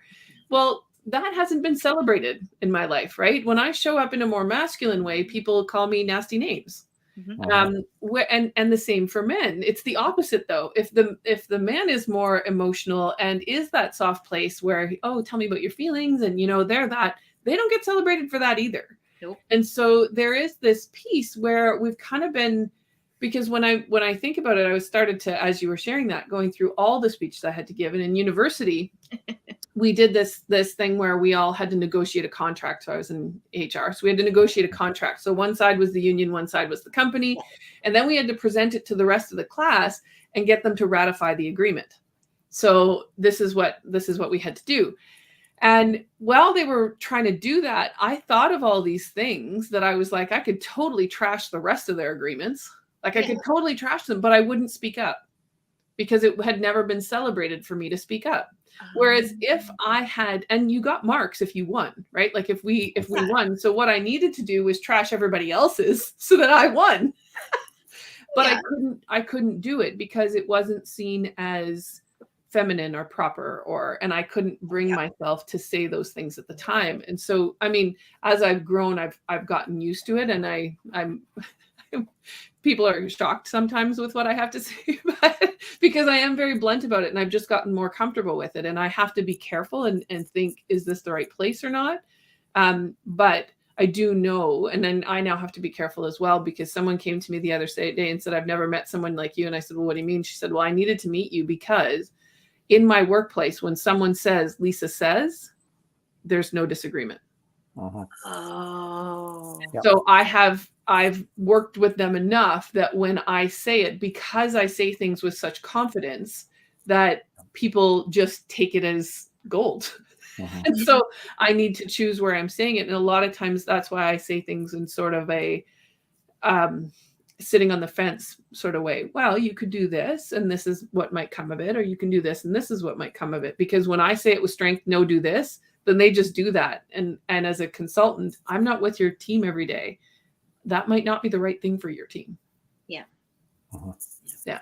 So I have to be careful. But because that wasn't celebrated, it took me a long time to get comfortable with it. Incoming. I tried to mute that. My parents have arrived with their dog, so somebody clearly has decided to walk across the street. How very rude of them. And so then the big dog barks, and then my little dog has to support the big dog barking. Yeah. He has no idea what he's barking at. Oh, yesterday my cats were like playing with the door, trying to get out. I was like, just open the door. You could do it on your own. Yeah, pets are lovely. I got the mute on that time. You got the mute. Okay, so I do want to touch back on the imposter syndrome that we had mentioned earlier, because I love the conversation on that, and it is a hot topic, especially when it comes to deciding to write a book or be on stage or do podcast interviews. All of these things that we want to do to share our message, and we think, who am I to write a book? Who am I to get on stage? Who am I to be interviewed by all these podcast people and any other way that we choose to share? One of the things I love to tell my clients is, because the people that I work with are mess to message style solopreneurs. So they are the one that went through some sort of mess, some sort of struggle, some sort of trauma, whatever it happens to be. They couldn't find the answers. They found their own answers and their own lessons, and now they're trying to share that with other people. So they come from a different place. When they try to share, they think the same thing. I'm an imposter. And I tell them every single time, if you were talking to that old version of you, still stuck, still in that spiral, the ugly moment of struggle, do you need to be the world's top expert to help yourself in that moment? They go, no. Do you need to be one of the best to help yourself in that moment? They're like, no. Do you have to be better than you were in that moment? They're like, well, yeah. I'm like, okay. Would you classify yourself as being 1 or 2 steps ahead of where that old version of you was? They're like, yes. I'm like, good. Because really what the imposter syndrome says is, now that you know better, you see the world and information has this much more than you ever dreamed of. But that old version of you doesn't see that. Love it. Now that you're open to all of this, you're thinking, oh, I am a small fish in a huge ocean. But does that old version of you need that huge ocean? No, they're going to be overwhelmed. The world expert is going to overwhelm them. Love it. You are the perfect person to get them along their next step. And that is your only job. And as they grow, hopefully you're growing too. That's your only job. Can you commit to showing up for that? Yes. It's like that. That's all you need. It's like, lean into that and lean into who you needed in that moment. And as long as you're completing that, and as long as you're being that, you're good. You're completely good. Oh, I love that. Yeah. And then don't you feel like you're amazing already? You're like, oh, I'm exactly who I needed. And I feel so good. Mine was always that it's already being said. It's already being said, right? It's already being said. And what needed to get through to me was, someone needs to hear it in my way. Yep. And if they can't hear it in my way, that's okay. Because then they're not my client. So I can, like, maybe what I'm trying to say to them, they can hear better from Mitch, or they can hear better from you, Laura. Like, it's that whole, I need to get out there and say what I'm saying, because of the maybe 50 people in the audience, I might only connect with 2, but that doesn't matter. I needed to connect with those 2. Think about one of the teachers that you did not get along with. What if they told you the secrets to living life? Yeah. Would you actually listen to them telling you that? No. Yeah. It takes the perspective to change before you can go back and do that, right? Because it's adversarial, and we will not give the time of day to people that we're adversarial with. We will not yield, because by God, I am right and you are wrong, and that cannot stand. And I will fight you tooth and nail because of it. Okay, I'm going to put up a little scenario, because I love to play movies in my head. So, Lisa, let's just say, because I'm totally putting words in your mouth. Okay. You already love Mitch and I. We're great. You like us both. What if Mitch told you that we were both holding this plastic bag with a rose in it, but Mitch tells you that he got his rose from a pile of poop, and so it's going to smell like poop. When I tell you mine hasn't touched any poop, mine smells like a rose. Whose bag are you going to go smell that rose?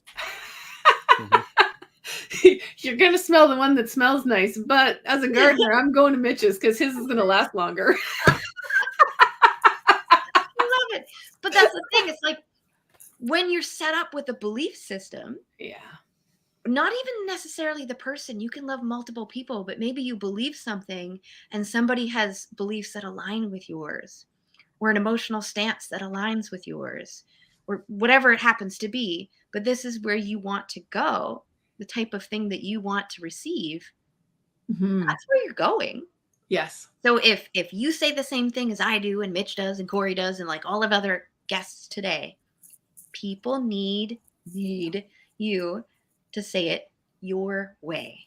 Yes. With your personality, your experience, your words, your energy, all of it. And they need you to say it multiple times. So if you feel like you're a recording that just plays, rewind, old school, play, rewind, that's great. I got a really good lesson in that recently because I had taken this keynote course. And so then I was going to give a keynote. And I switched my keynote up to the way he gave it. Now, I've given this previous keynote previously to people really enjoyed what I had to say. And so I switched it up. And so the pieces that are on me were, I didn't have enough time to switch it up. And I switched it up. And so I didn't quite get to where he wanted it to, like what he had taught us. So it wasn't quite, so it's not his fault. I didn't give myself enough time to get there.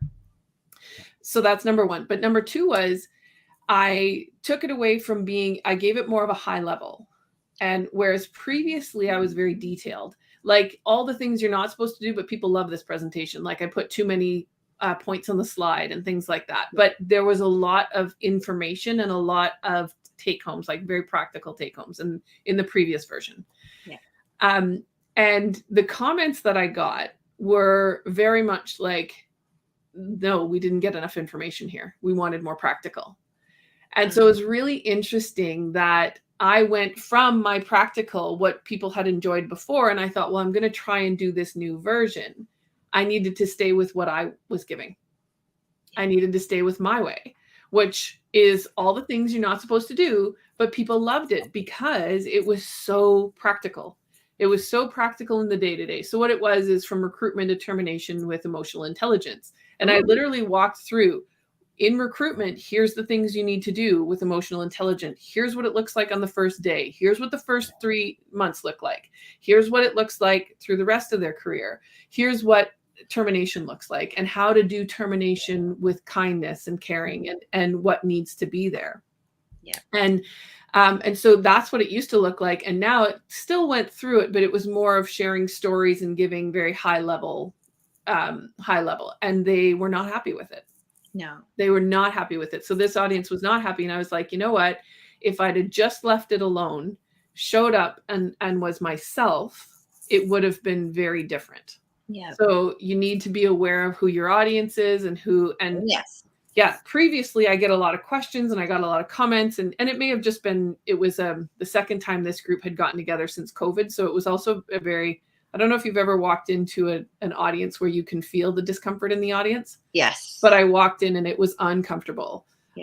So I learned lots of lessons from that. But I realized after, you know what, I just needed to come in and be myself. I would have stressed myself out less because I was trying to do it in a different way. And the previous way, the words were all on the slide. So I knew what I was supposed to say to the slides, right? They were all there. So it was a good lesson for me that just because that style of keynote works for that guy in a lot of situations. And I've used his style in other cases where I was prepared and it did go well.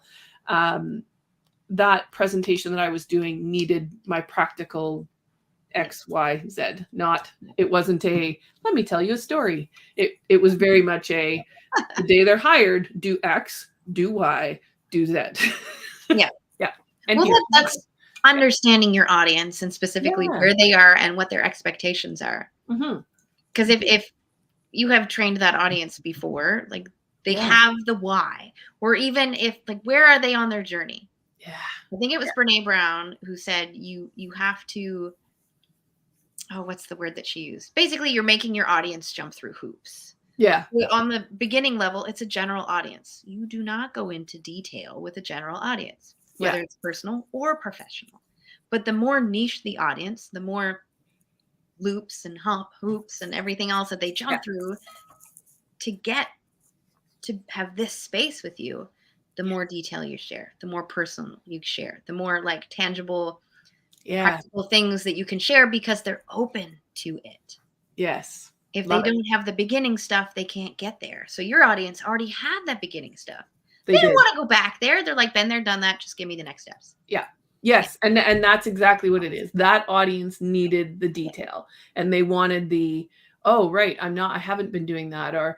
And some of it was, again, a little bit imposter syndrome because I was speaking to an HR crowd and I thought, oh, they know some of this stuff, right? But they don't always, and they forget. And I also have learned that they didn't learn what I learned. I worked at a great company to start. I worked at an amazing company when I started. They were so thoughtful of their employees and so caring. And so they were so emotionally intelligent. And I've since worked for companies that weren't that. So there's a lot of people in that audience who've worked for companies that aren't emotionally intelligent at all. And so they don't know those basics that I know. Like, for example, you never fire someone on a Monday or a Friday. Never. It's a no-no. Mine was you have no idea how many companies do that. No idea how many do that. And for me, it was like a really early on lesson. Even if you're ready to fire them on Monday, you fire them on Tuesday. Tuesday at 10 a.m. Yeah. Layoff, but yes. Well, for good reason. And then I just heard recently someone shared with me that apparently, I don't remember what company it was.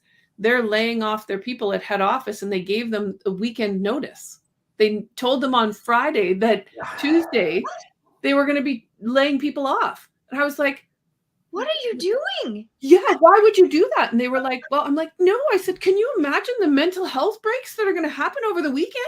You imagine the incidents of increased domestic violence, incidents of workplace violence, threats being issued, et cetera. It's staggering. Oh, my Lord. And I was like, oh, my Lord. And it's a big company. And I don't want to say because I think it's out there in the news. It's out there in the news, but I just can't remember. So I don't want to say in case I say the wrong one. If you go to Google and look recently in the past 2 weeks for company weekend firings, mass layoffs, you're probably going to be in the ballpark. You'll probably find it. Yeah. So they I was talking to someone. I said, what? She said, yeah. I'm like, see, these are basics for me. And I forget that my basics are like shocking to people. Like, and then the reason behind it, like people always say, well, why can't you fire them on Monday? Well, do you know people are like 10 times more likely to have a heart attack on Monday? Yep. So you don't do that on Monday. And then Fridays, you don't do it on Friday because most time when you're terminated, they need the opportunity to see a lawyer.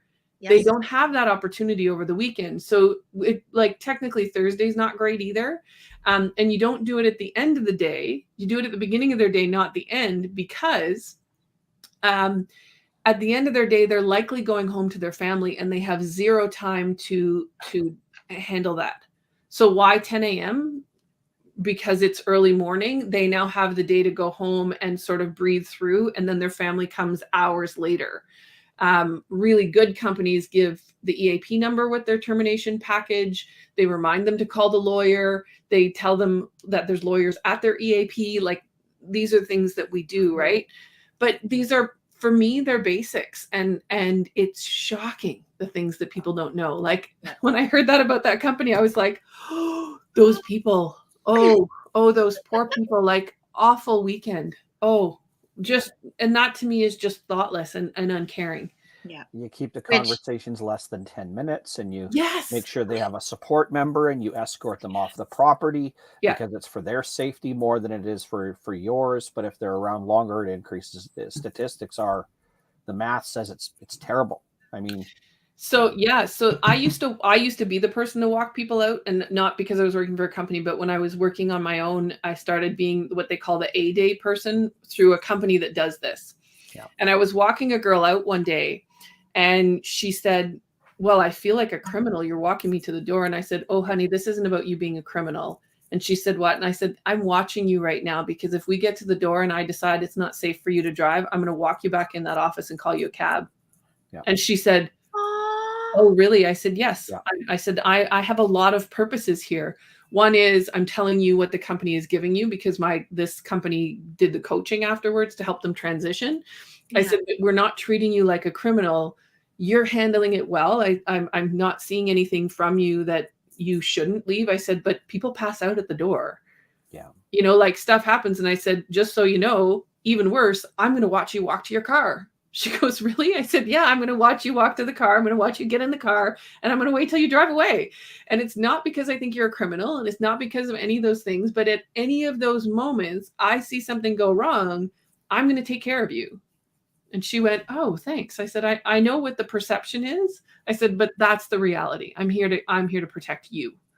That's so good to hear that. That's not what I felt, Yeah. but that is so I know, and people don't realize that, but we know that as the people walking out. It was just that she was honest enough to say to me, do you have to treat me like a criminal?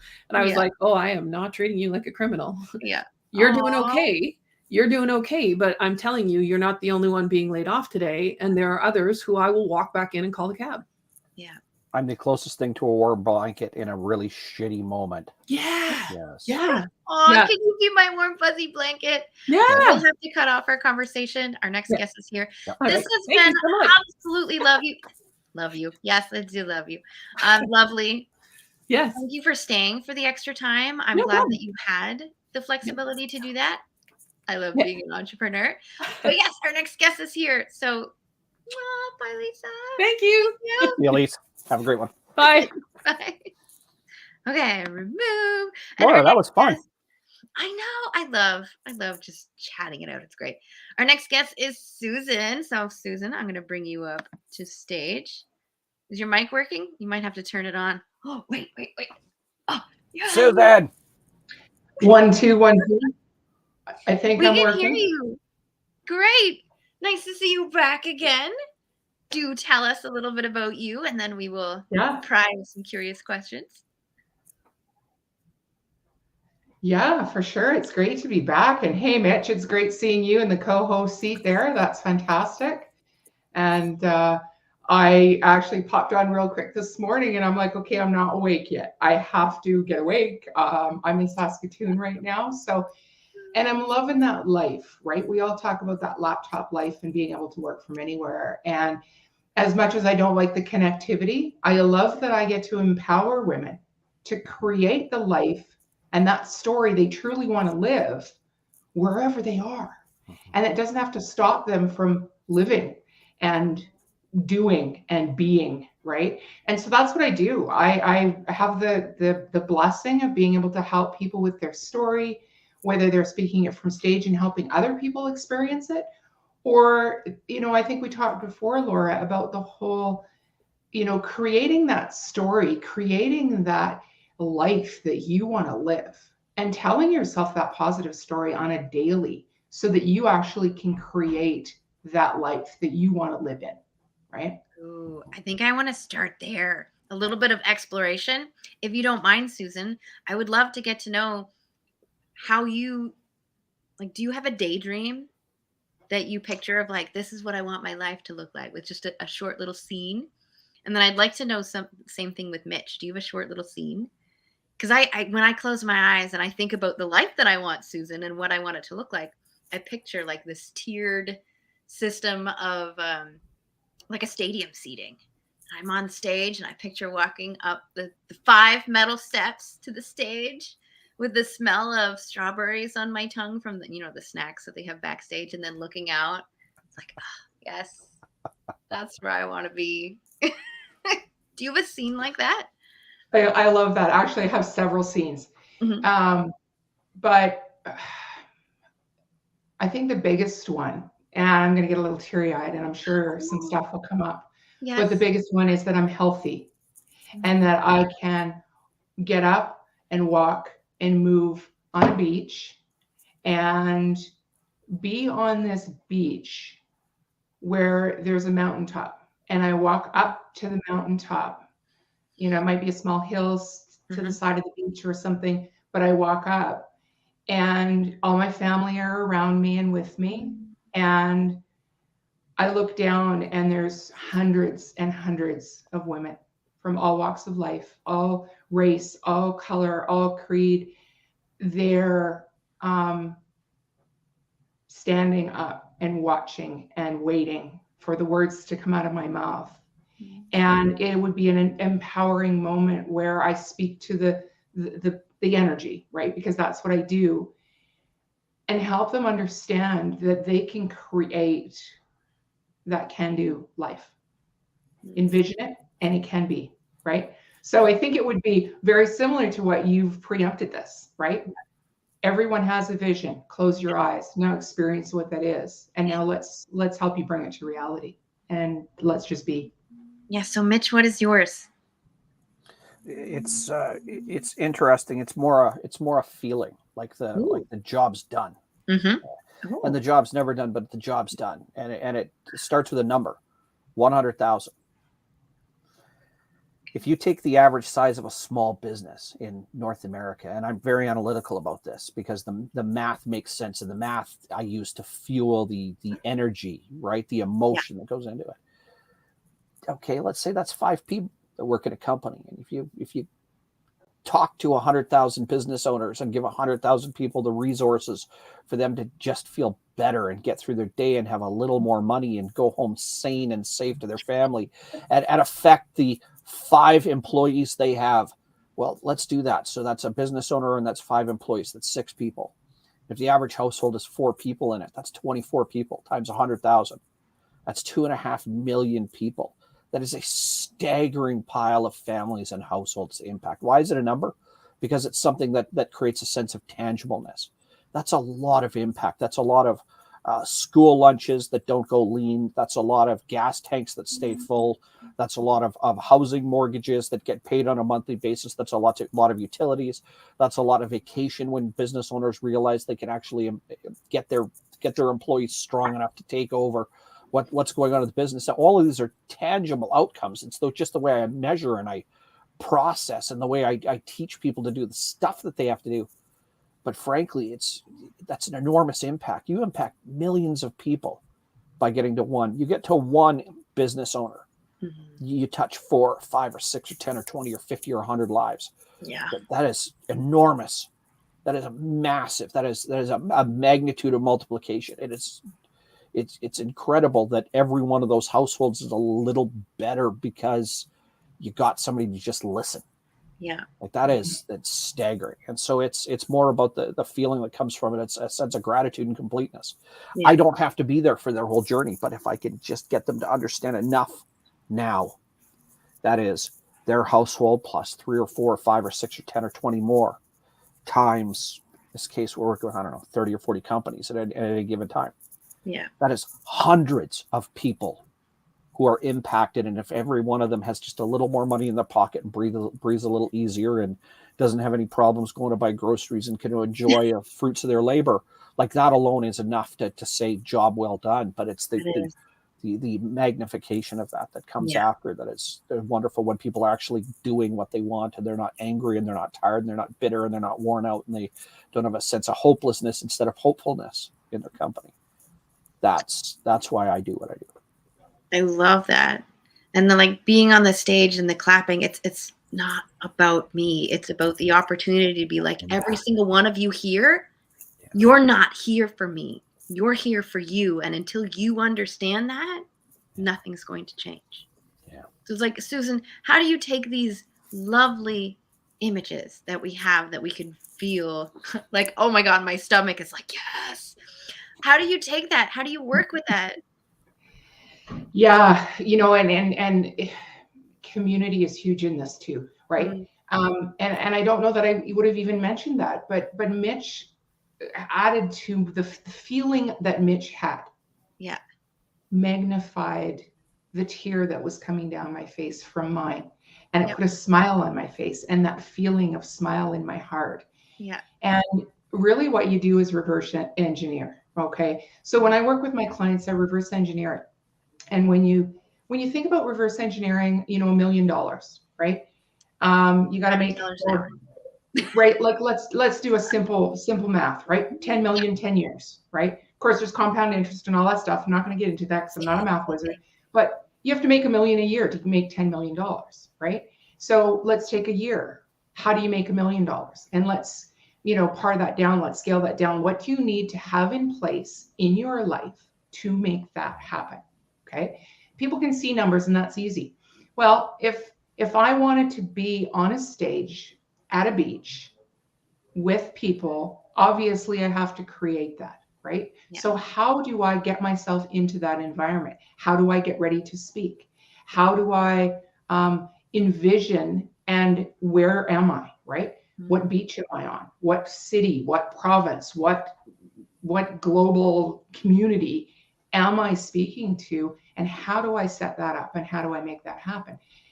And, to really take that on a daily basis, what is the mindset I need to have today?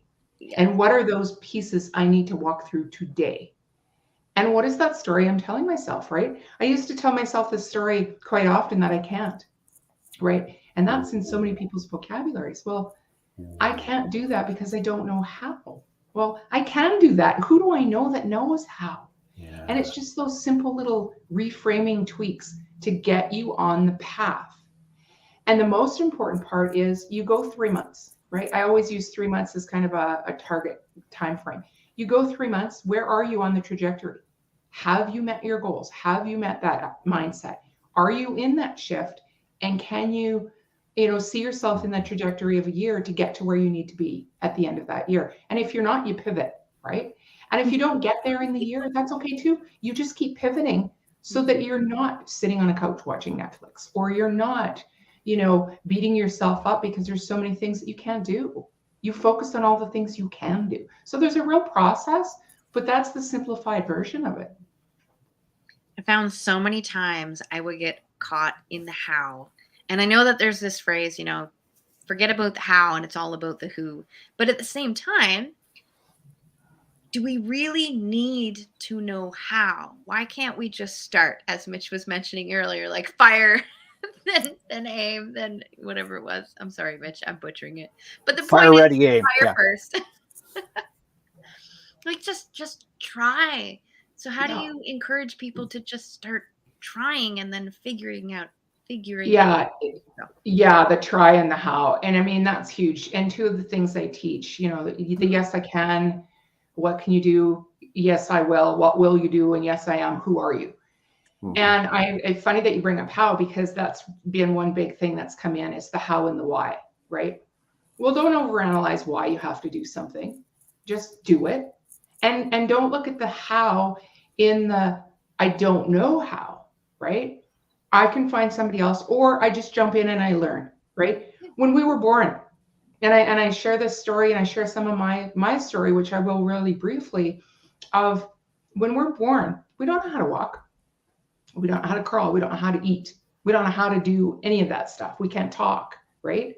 We learn by being around others that can, by being around others that can encourage us to take those steps, one step at a time.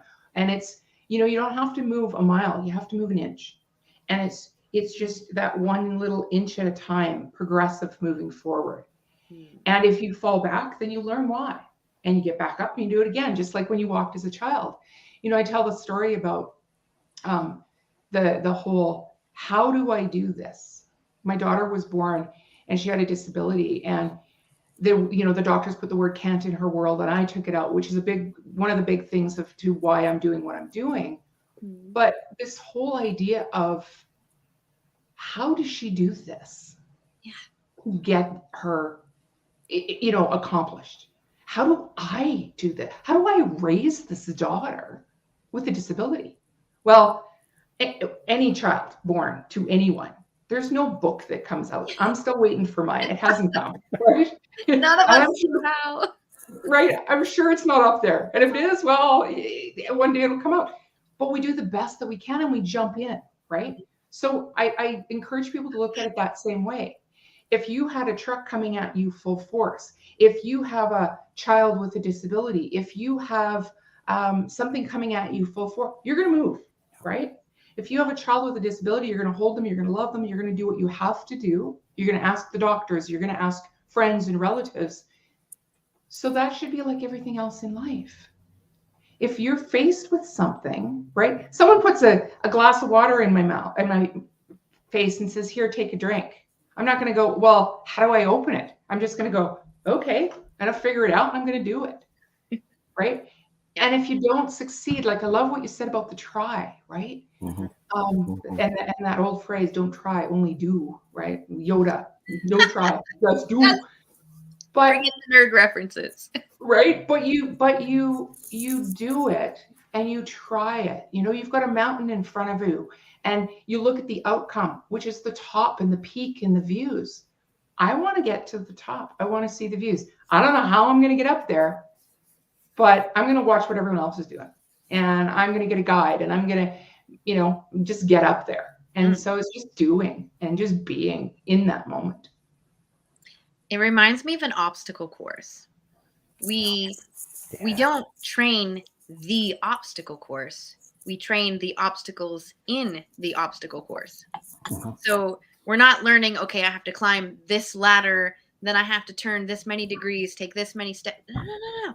We learn how to climb a ladder, how to climb a rope, how to go across a swinging bridge, so that anytime we come up to these same types of obstacles, we don't have to go, how many steps is it? Follow this exact formula. It's, I can manipulate the information I've learned for this particular obstacle and use what I've already learned to figure this one out on my own. Yeah, actually, you've just brought up a memory for me. And we remember stories, right? With the memories, we remember those. And I was walking in Lake Louise, Alberta, Canada, and we were going up to the tea house. We went up there when we got married, 10 years earlier. And I'm like, oh, I can do this, no problem, right? And so we went back. Well, I've put on some weight and I've had kids and I'm not, doing the greatest and whatever, right? But I can get up there because I want to go to the tea house. Well, we got up, I don't know, we traversed up the mountain to sort of the starting spot, and we had already gone up quite a ways. Mm-hmm. And I'm like, my husband's like, we don't have to do this. And I'm like, yes, we do. I know that I want to, right? So then we kept going. And then I started looking at trees and I stopped looking up. Mm-hmm. And I'm like, all I have to do is get to the next tree. Yep. Mm-hmm. And then I can stop and I can hang on and I can rest. And then I get into the next tree and the next tree. Well, here we are halfway up this mountain. And I'm like, oh my God, I was insane. Like, we're halfway up, we're halfway down, right? What am I doing now, right? And so I got on a video to my community, to my group of people, and said, I can do this. And if I set my mind to it, I can do it. And I know that anyone out there that's watching can do it too. Doesn't matter your physical capability, you just one step at a time. And because I had put that out to the world, I'm like, damn it, now I have to do it, right? Now you. When did that change for you? Because we didn't start that way, Susan. When did that change for you? Yeah, I know. I think that changed for me when I started my business, when I got laid off, because I had taken that word count out of my daughter's world, right? And she can do anything she sets her mind to, and I'm going to help her do it. And all of a sudden, I looked at my life and thought, I didn't take count out of my world, but I took it out of hers. And now I've been laid off from a 17-year career, no fault of my own. Don't let the door hit you on the way out. We were just talking about that. Right. And I'm like, I can't. I what am I going to do? I can't go back to corporate world, and I can't work not for profit anymore. And I can't do this and I can't do that. And then I really just, went through that grieving state, went through a lot of that, and then took a look at my life and thought, okay, what are all the things I can do? Mm-hmm. Well, I can speak. And I think it was when I was at a conference in Ontario. I went to this entrepreneurial conference, didn't know what an entrepreneur was, couldn't spell the word. Get up there and I'm listening to it, right? And the woman on stage says, if I can do this, you can do this. And I'm like, yes. I don't know what it is she's doing. I'm not sure, but I'm doing it, right? Yes, I can. And I think that was the momentum. That was the natural shift. And when I spoke on her stage, from the audience, but I was still on her stage and I was speaking, everyone stopped and listened. And when I was done, they applauded. And I'm like, wow, right? This is all for me.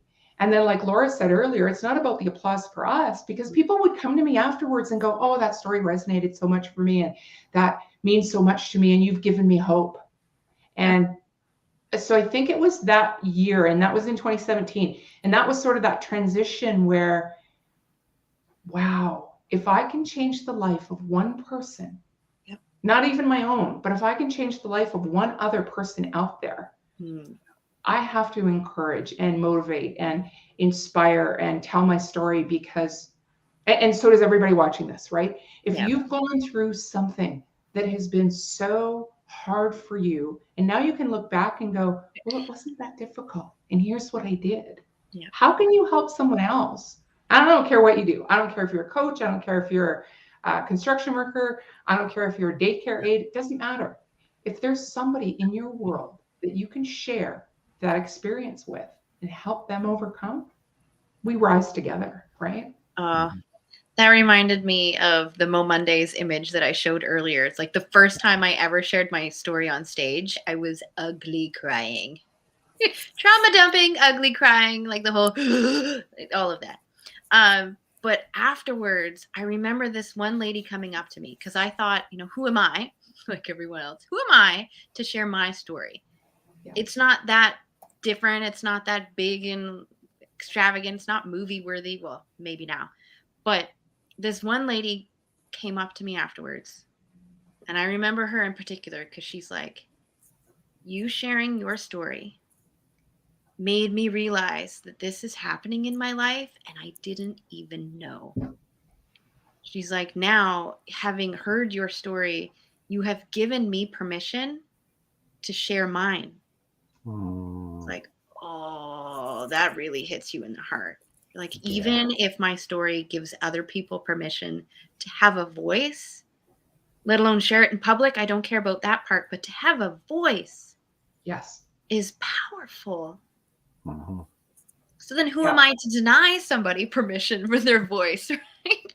Exactly. And exactly. And when I started teaching, it was, I'll help uncover that story, right? It's similar to what you do. I'll help you uncover that story and tie together all those patterns and help you understand why you're doing the work you're doing, so that you're in alignment, right? And so that you can tell that, and you can speak that story. And then there was a shift. And I want to say the shift was probably 2 years ago. The beginning of COVID, right? Where we didn't have the stages, we didn't have the stuff, right? And I started to hear all these people, and it brings this emotional ball, right? Right here, of what are you telling yourself? And how are you telling it to others? And how are you communicating? Like all these people that had to stay at home and be with their spouses and their families, and they didn't know how to do that, right? Well, what is the story you got to tell yourself on a daily, and how do you share those experiences with those you love to communicate with them, right? I communicate with my family with story all the time, because they understand. Not, I need you to clean your room, right? Okay, well, that's great. Would you please help me be able to be in this home by cleaning your room and helping the environment of the whole house be better? Because when the whole house feels better, I feel lighter, and then we can have dinner, and then afterwards we can play games, and it's just a lighter place. And my family was like, I get it, Mom. Yeah, of course I'll go clean my room, right? So when we can turn those stories into our advantage to help others see the importance, right? Then it's not just about being on stage, it's about life. Life is a stage. And every story is important, right? I always like to think of, I mentioned this yesterday, I always like to think of any sort of motivation as trying to talk to our inner 6-year-old, because they are like narrowly focused. If it doesn't bring me pleasure or fun, like I don't want it. So how do we speak to them in simple language and understand their motivations so that we can get other people on board with what we want them to do? Well, I have an answer for that. You knew I did. How to talk, and I don't classify a lot of the stuff I do as inner child work, but Oh yeah. when I take people back to a story or a memory of when they were 6 years old, for me, it's when my brother said to me, "You're not good enough, Ooh. and you're not pretty, and you have no friends. You'll never be successful." I don't know if those are the exact words that he said, but that's what I I heard. like it. Yep. You're a loser and you will never amount to anything. So for me, in that moment, I've learned that I had to go back to that 6-year-old and say, honey, you are loved. You are unique. You are different. And you will do what you're meant to do in this world. And don't worry, everything will work out. And so when I talk to my inner child, when I talk to myself, I then will sometimes use that. And I feel into it, right? A lot of my work is very intuitive, but I feel into that. And I'll say to somebody, okay, what would you tell your 6-year-old? Well, I wouldn't tell them what I'm telling myself. Okay, then stop telling yourself, right? Uh-huh. What do you need? And I think the biggest thing is, what do you need right now to get through to that next moment in time? If it's an ice cream cone, then let's get you some ice cream. If it's, if it's someone to pat your back, then I'll do that, right? But what do you need? And I think as grown-ups, as parents, as adults, we don't ask somebody, what do you need from me right now? What will help you right now get to that next stage? And when I say that to people and they go, I don't even know. Okay, well, let's unpack it. Let's figure it out. Yeah. And then all of a sudden they feel appreciated and trusted and loved. And they can, know that they're supported and know that I'm actually listening and hearing them. And that's huge for everybody, right? We need to feel listened to. That's what happened when we were kids. We got the attention of our parents. And the minute they said to us, okay, honey, okay, right? I'm reliving my past. Okay, honey, stop calling my name. What do you need from me? Yeah. Mom, I need you to, I remember my daughter, she said to me, I was in the dating scene. I was a single mom for a couple of, 6 months. I was a single mom of 2. And before I met my husband now, and she looked at me and I said, honey, come on, it's dinner time. She goes, no, I'm busy. I'm like, excuse me? Bless She you. goes, yeah, bless you. She says, yeah, I'm busy on my computer. And she had one of those little leap pad things. And I'm like, it's dinner time. She goes, it's okay, Mom. I'll get to it later, just like you do. Oh, yeah. Because I was on my computer all the time, right? And so I then put my computer away and was more aware. So I think if our kids can share, hey, Mom, I need you to get off your cell phone. I need some time. Because we as parents also have to learn that. Yeah. But sometimes we don't. But what are the memories going to be? What are the stories going to be, years from now, right? And it's heart-wrenching. My daughter, even in high school, I knew she had a tough time in junior high. She wore a brace on her leg. She, people looked at her differently and right. But she got into high school and she wasn't bringing that home anymore. And so I figured things were great. Well, years later, she says to me, Mom, high school was really hard. People bullied me. And I'm like, why didn't you tell me? Because I was old enough to not. Well, no, right? But we don't know that. They don't. So we have to start learning to communicate and understanding what people need. Yeah. My daughter said the same thing to me years ago about the whole being on your phone or the computer, which is why I was like, oh, that's a punch in the stomach, because that happened a few times.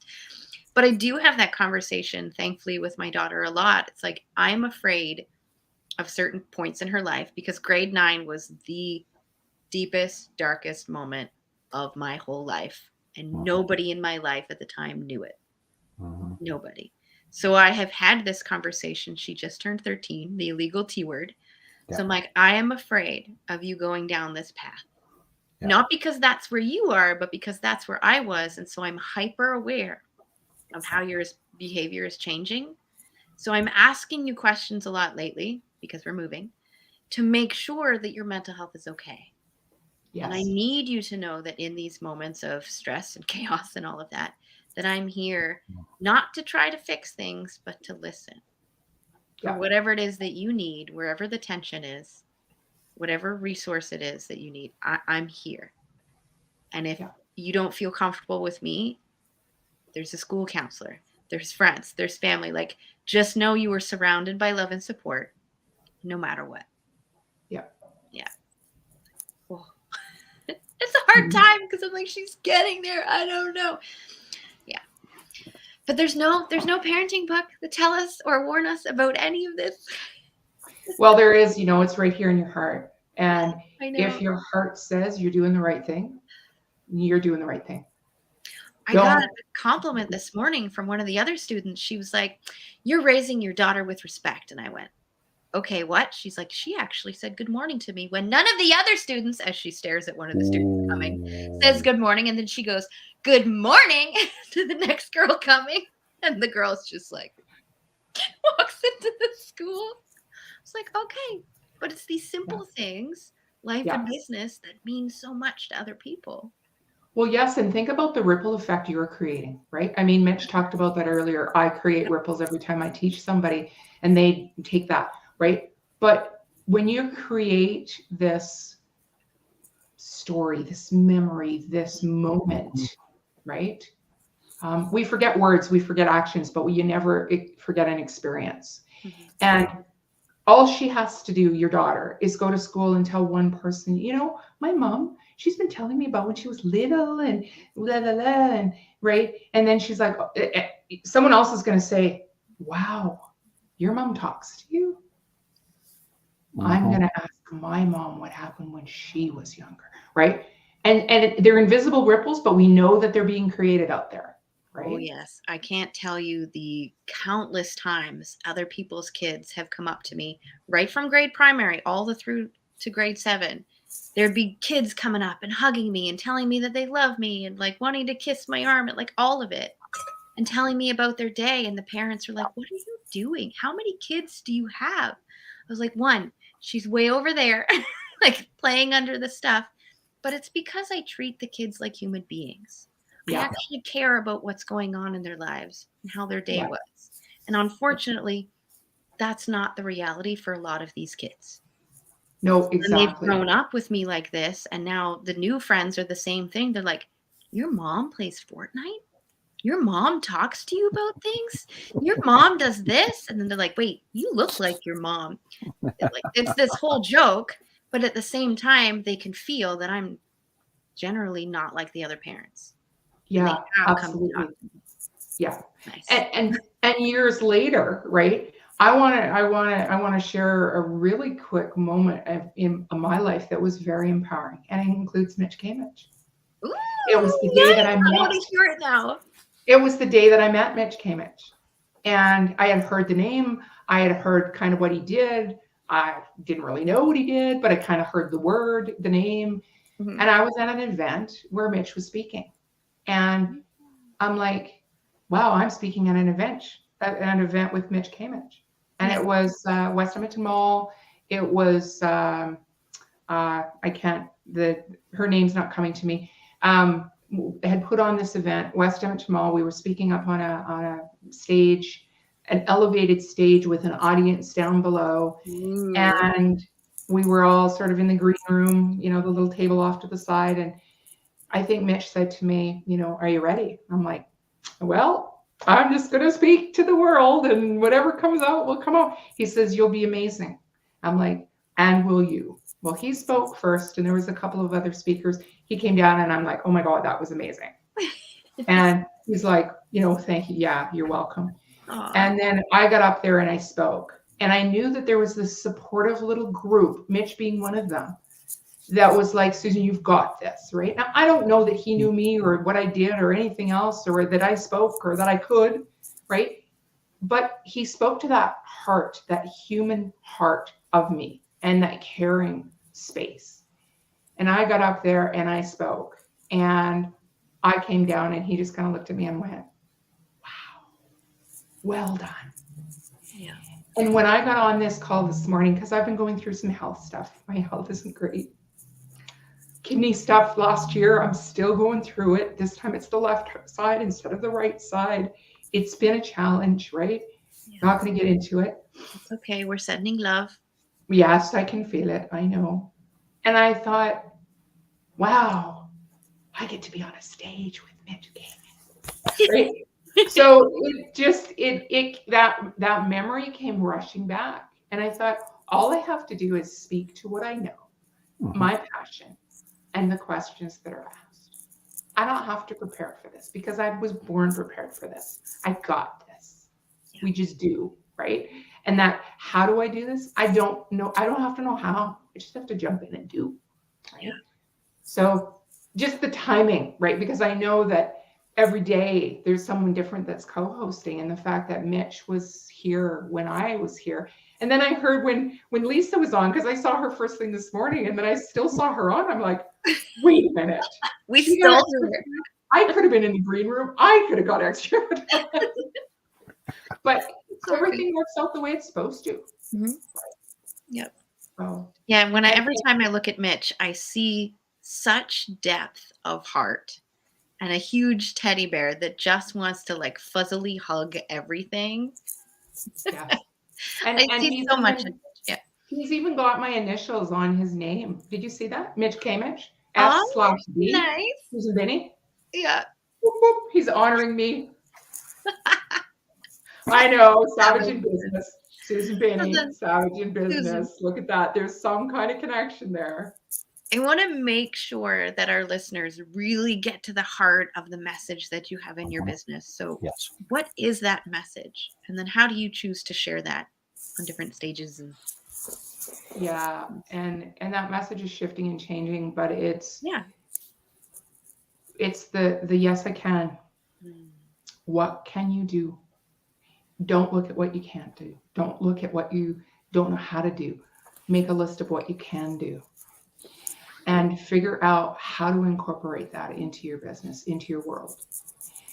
Look at what will you do to bring that into fruition? What will you do on a daily in your story, in your life?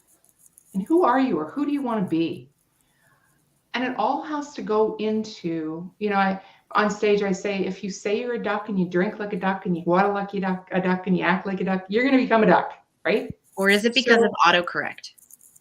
Well, maybe. Don't go there.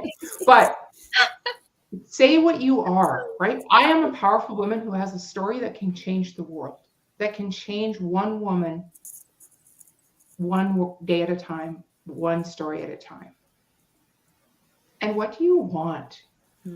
Really look at. We get lost, right? I got lost in this life that I had to live for my family. Yep. For my daughter, for my security, for my pension, for my, right? I can't leave the job I'm in because, well, I've got the security, I've got the pension, I've got all this stuff. I can't leave that, right? And here's a sign right here. This phone has to stop ringing.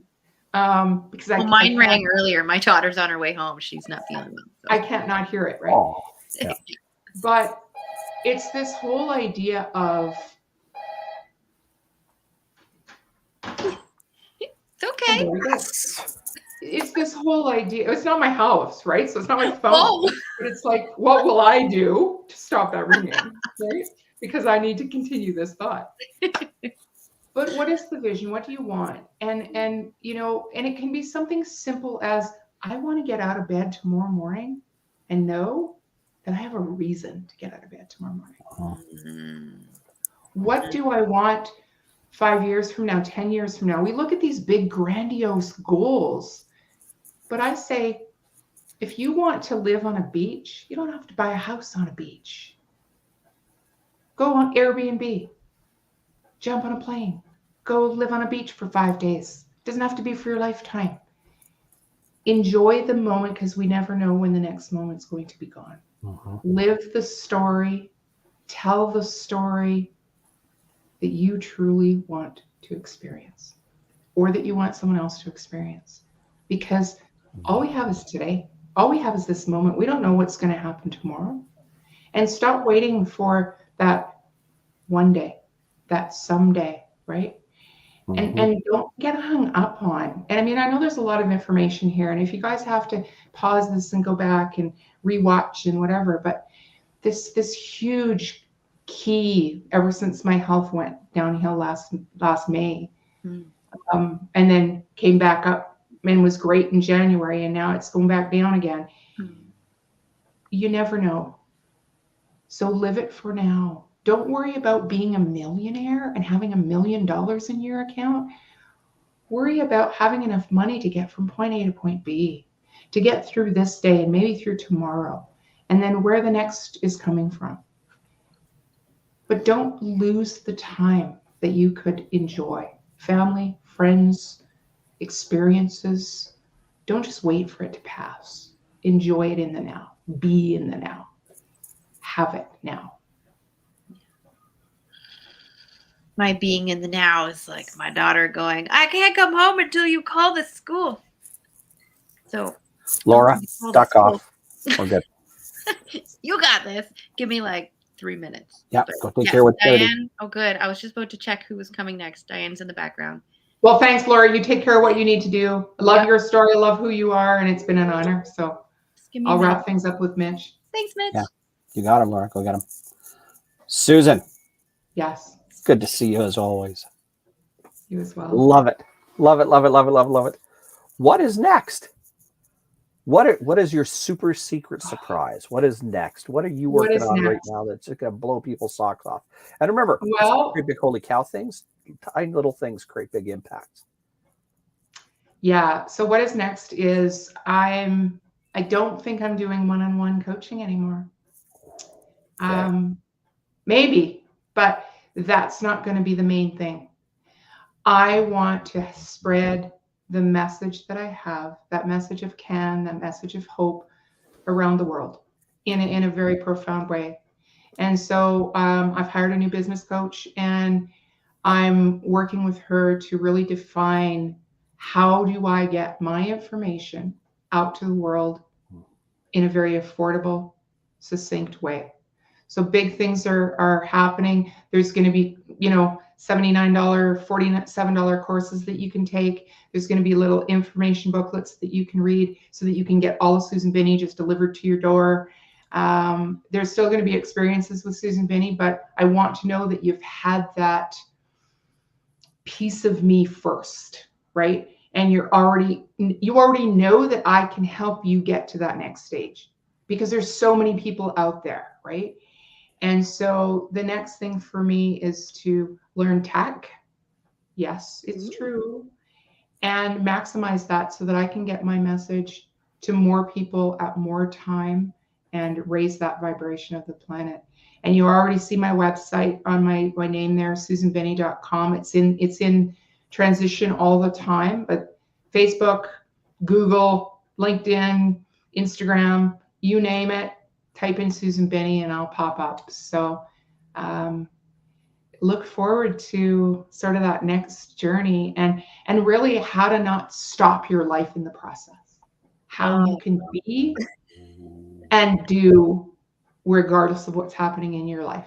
And I believe that's why what's happening for me in my health right now with my kidneys is happening, so that I can traverse that and then help the world understand how they can traverse anything that's happening in their life and still have hope to live their dreams and bring it to fruition in their life.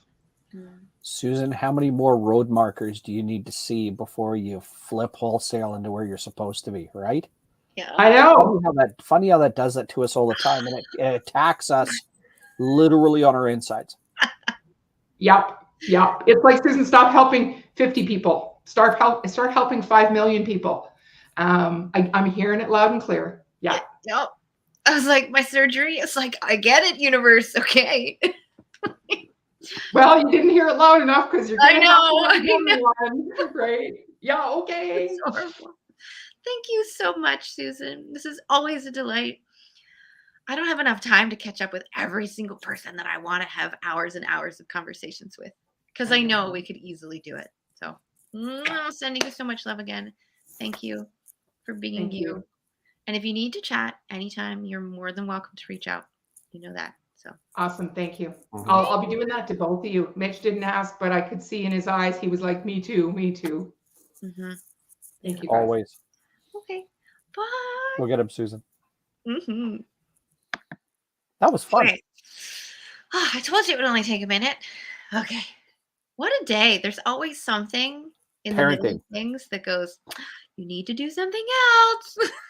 Today I was afraid. I was like, wait, I'm probably going to be the one that needs to go use the bathroom in the middle.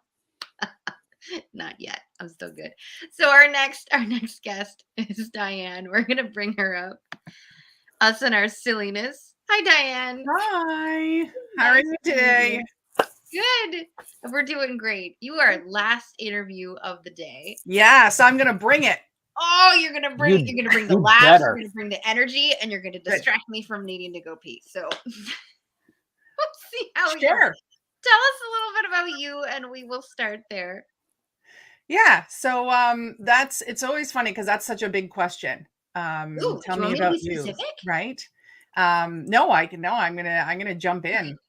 So in short, let's just say that I've been kind of set with this job, this kind of soul job to bring out the best in others. And it's something I've been doing my whole life. When I was little, I was the kid that the teacher sat beside, the bullied kid, the struggling kid, the ESL kid. On sports teams, I was the captain. I was always trying to pull everything out of everyone else. And what I realized was when I was younger, there's no job for that, right? There's no set job. I grew up, I was a 79 baby. And so in the in the 80s, there's no job for who pulls the best out of others. It's funny because I didn't find that until I was in my almost 30 when I realized, oh, it's called life coaching. and I didn't know because I thought maybe teaching, maybe I want to get into speaking and journalism, broadcasting. But what I realized, what's that, Laura? When I think of platforms, I forget about broadcasting all the time. So thank you for bringing that up. Well, I was the kid that I can remember this image of my mom in the kitchen throwing her tea towel over her shoulder. She loved to put it there, hands on the waist. And she said, "Oh, Diane, if you could get paid to speak, you'll be a rich woman one day." And I was like, "Well, thanks, Mom." Now I'm older and so easily. I'm older and wiser, and I realized she was, taking the piss out of me. But still, I was like, "Where can I speak and get paid?" And it's interesting because maybe you've had that experience, or some of the people watching right now, where you're like, I haven't been able to find where my place is. And so I just kept following the clues. And eventually I realized, wow, teaching is an amazing profession, but the part of it I love the most is pulling out of others their greatness rather than pushing into them what they're supposed to learn. And so once I found coaching, I thought, this is it. And so my key thing that I've been doing for over a decade is really helping female business leaders to be able to have that success they want in their business while also having a balanced life, because that's not always easy to have. And I got into that because as I was doing the life coaching, it came pretty easily, pretty quickly. And people kept saying to me, how are you actually running a business? How do you get clients? How are you speaking on stages? How have you written so many books? How have you run a community? How do you make so much money? How teach me the how. And I thought, oh, okay, this isn't life coaching anymore. This is business coaching and business consulting to tell people what they can do and to teach them. And just like when I was that kid sitting beside a classmate or on the soccer pitch, like, come on, you got this. I'm beside the business owners, not to be like, do this and do that and do this, but to make it so efficient, so concise, so simple for them to move forward in their business.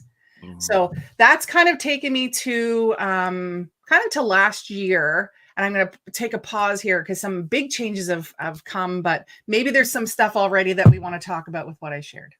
Ooh, okay. Yeah, leave a We do want to go back to the broadcasting just Okay. because this is Amplify Your Message. Yes. We talk a lot about books. We talk a lot about speaking on stage. We Yes. haven't quite touched on the podcasting, but guess what we're doing right now? Yeah. But the broadcasting is something that isn't talked about a lot. So can you tell us first off what that is for people who don't know, and then Well, how you got into that?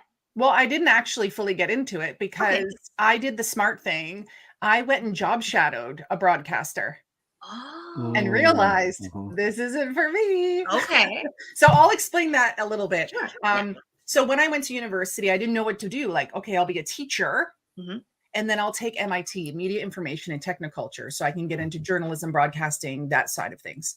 So I went and job shadowed someone at the local news, and I realized they have to research their own stories, they have to write their own stories, they have to be really great writers, and then they get to read the teleprompter. That's not for me. That's not for me. I am invigorated, right? I'm in my resonance when I'm with people. Yes. When I'm in that moment with them, not necessarily just a screen. And also, I don't like that most of the day was spent researching on topics that I maybe wasn't excited about. And so I really followed the energy of it. And I was like, this is not for me, thankfully. But what I have found is all the things I was looking for in broadcasting, I now do in my work, right? So I do the podcasting. I jump on onto summits and different events and like this. I interview people. So I do a lot of the things. I think it's more like I wanted to be Marilyn Dennis.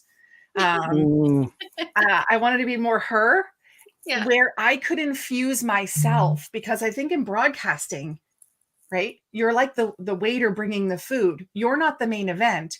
You're the one bringing the information. And I kind of, like my mom said, I kind of enjoy being the speaker, kind of enjoy being on stage. It invigorates me. Yes. So that's the whole lessons from not wanting to be in broadcasting. Yeah.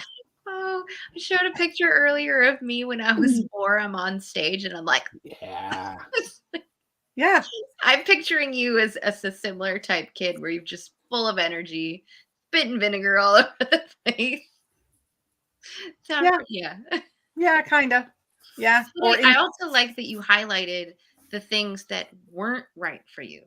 Yes. Because this is the whole thing behind it, is that not all of these things are right for everyone. Yes. Find the things that align with you and who you are and what you love. So what is it that you do love? Well, I love supporting business owners. I love them coming to me like I'm stuck or I don't know how to do this. And then for me to get them where they need to be super quickly. And about 10 years ago, I hired Canadian assistants to support me because I realized, wow, I've got all these stuff to do and I'm not good at all of them. And so I need to pass them off. And then just for one reason or another, the different Canadian assistants, we went our separate ways, had a few tears when each of them did. And then I got to the point where I decided that I wanted to do even more work, have even more hours. Because as you know, business expenses, operating expenses, they can just keep climbing and climbing. And even though my income, my revenue is climbing, I'm also always looking at the bottom line and how lean can I make my business?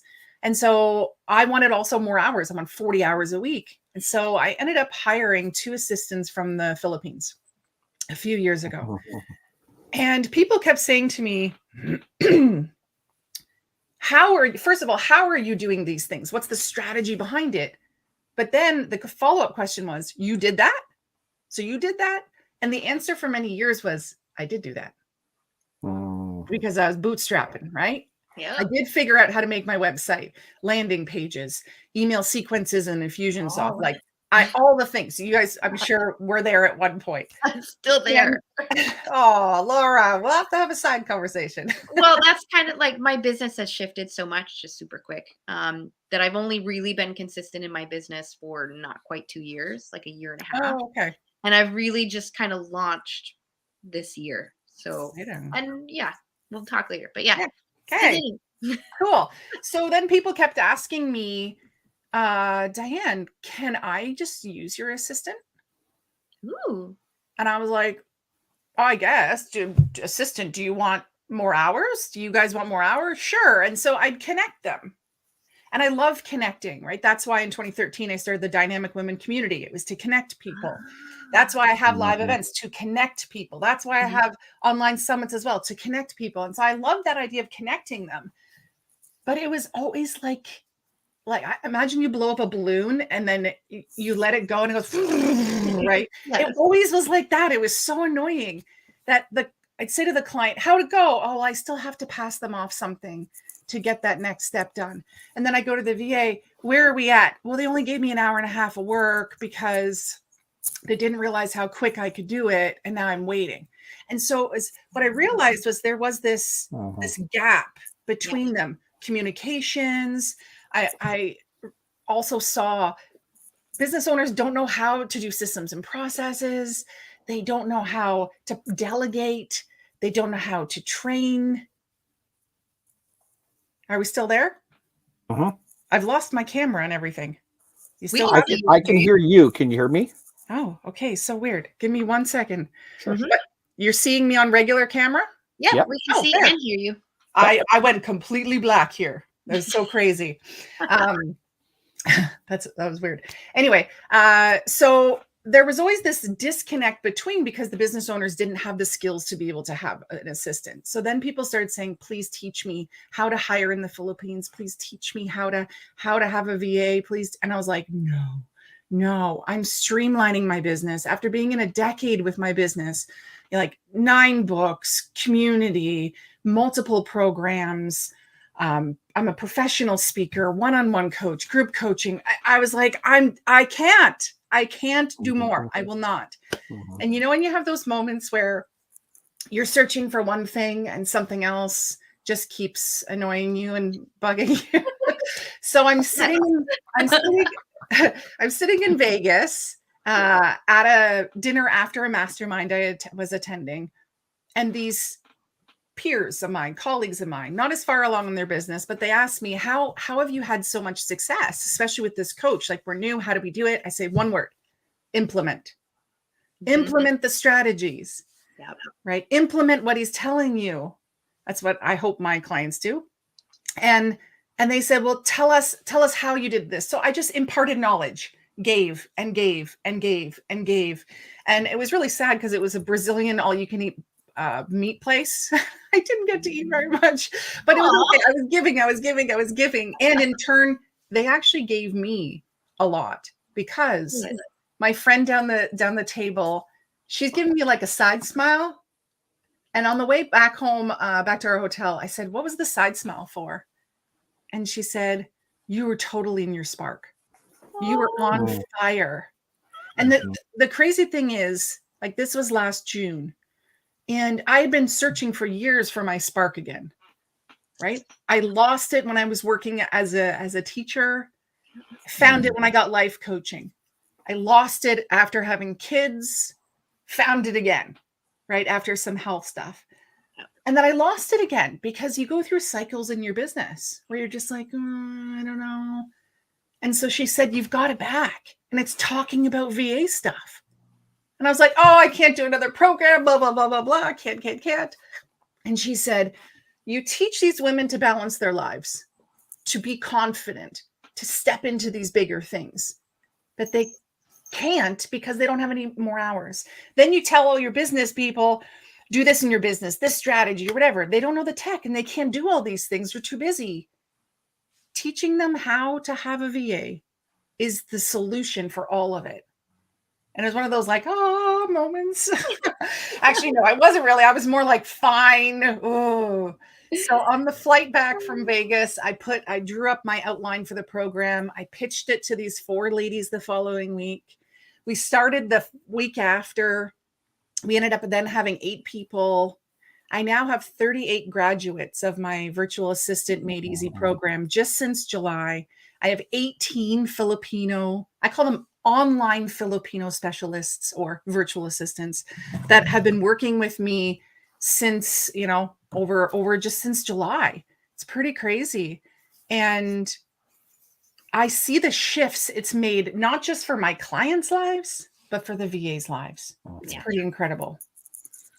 I will say that I am like dipping my toe into the whole VA, but like with my daughter, because my daughter wants to learn new skills. Okay. Yeah. I'm trying to learn to be delegating. Good. Not do everything myself, but we're also in the middle of a move and like that kind of stuff. Yeah. I'm like, I will pay for a phone because of the craziness over the next 4 months. We don't know where we're kind of living. It's bizarre. But I'm like, I will pay for that. But you have to work for me for a minimum of 2 hours every month. I will teach you what I need, and I will also teach myself to be open to doing this.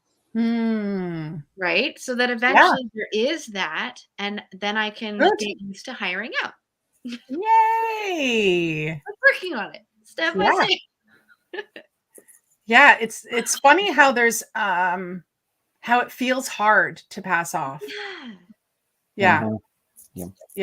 And that's why I that's why I make it as seamless as possible. Even the program's name, VA Made Easy, right? I'm keeping it so simple. Yeah. Because it seems so big. And that's like a lot of the things that I've done in my career. The first books, oh my gosh, so crazy a book. And then it's like, okay, I'm putting out my personal 5th one this year.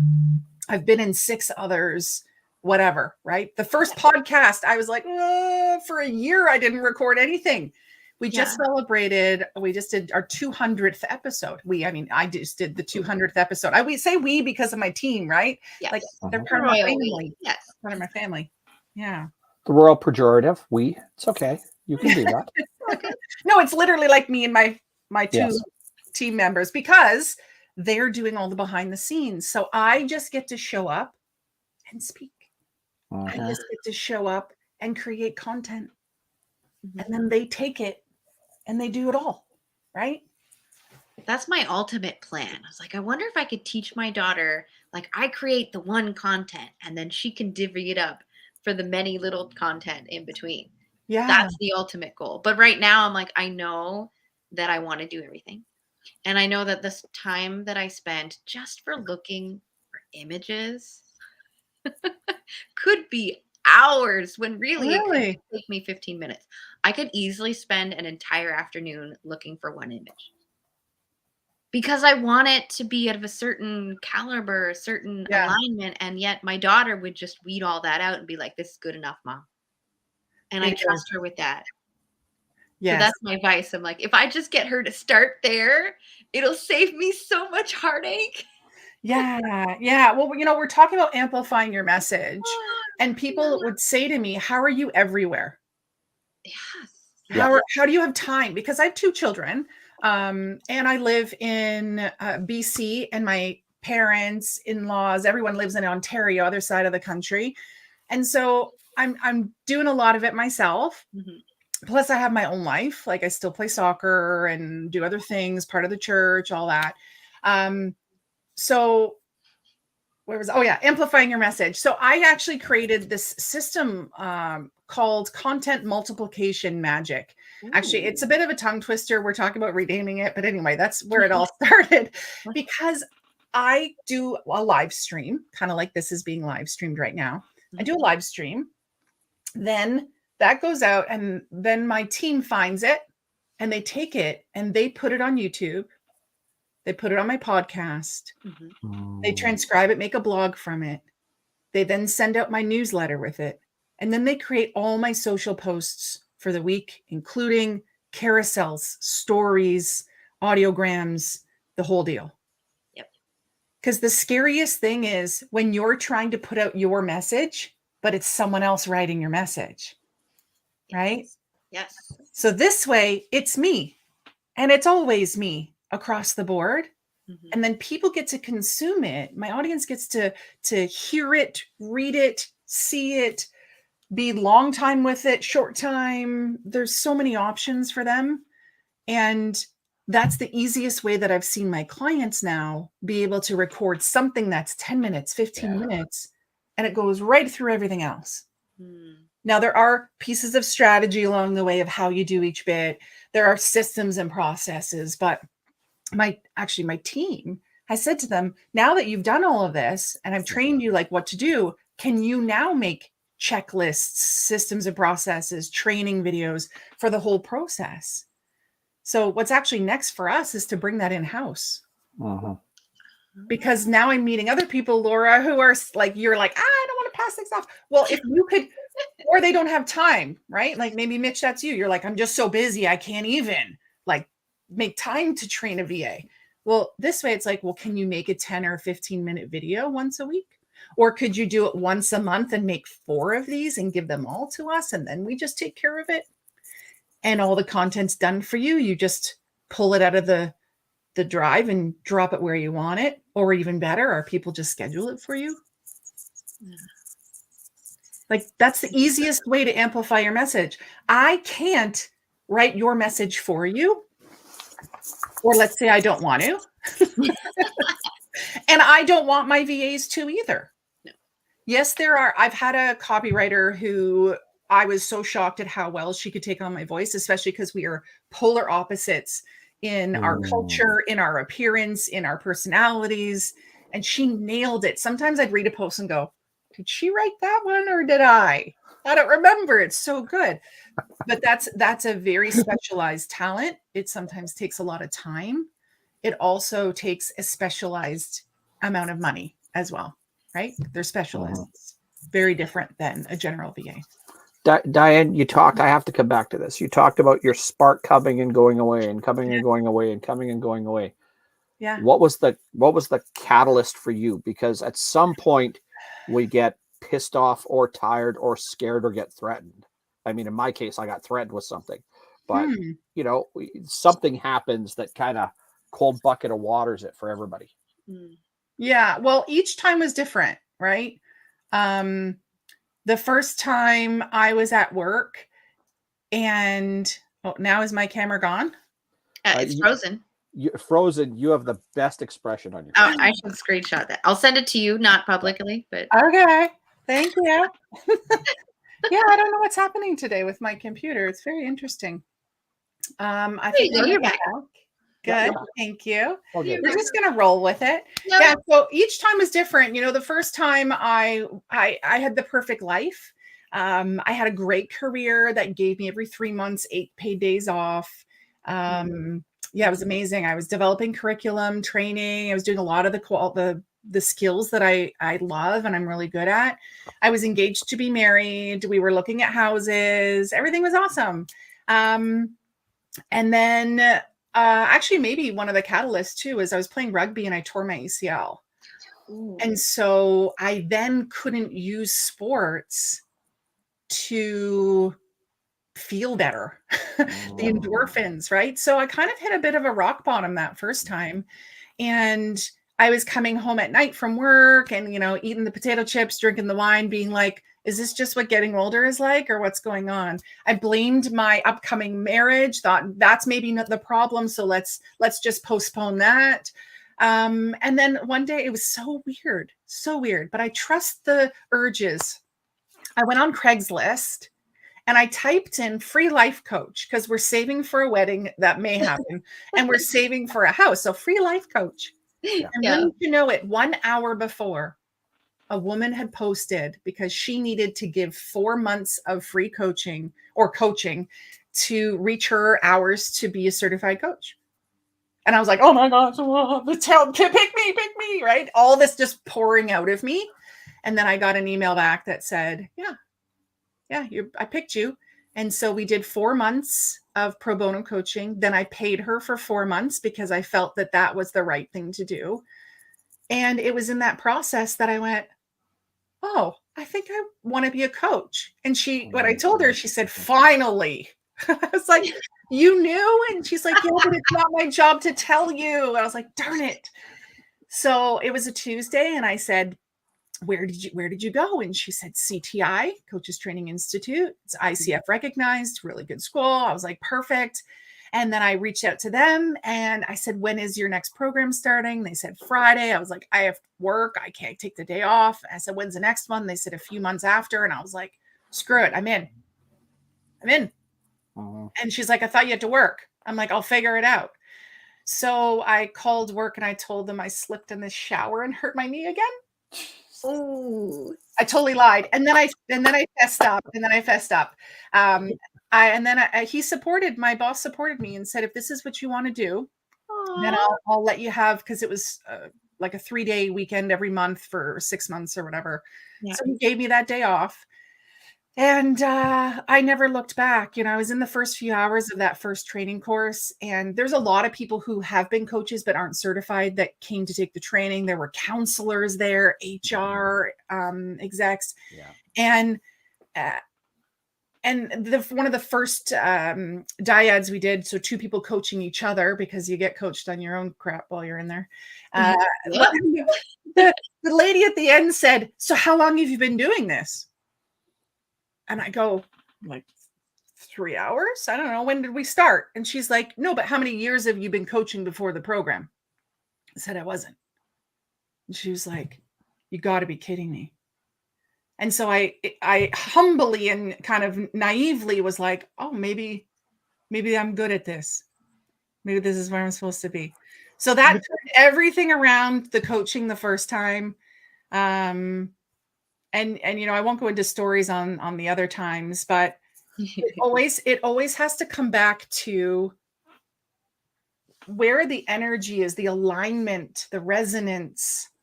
I get bored so easily, Mitch. Like you're saying about like, what was the thing that lost the spark? I think I need to be excited about things.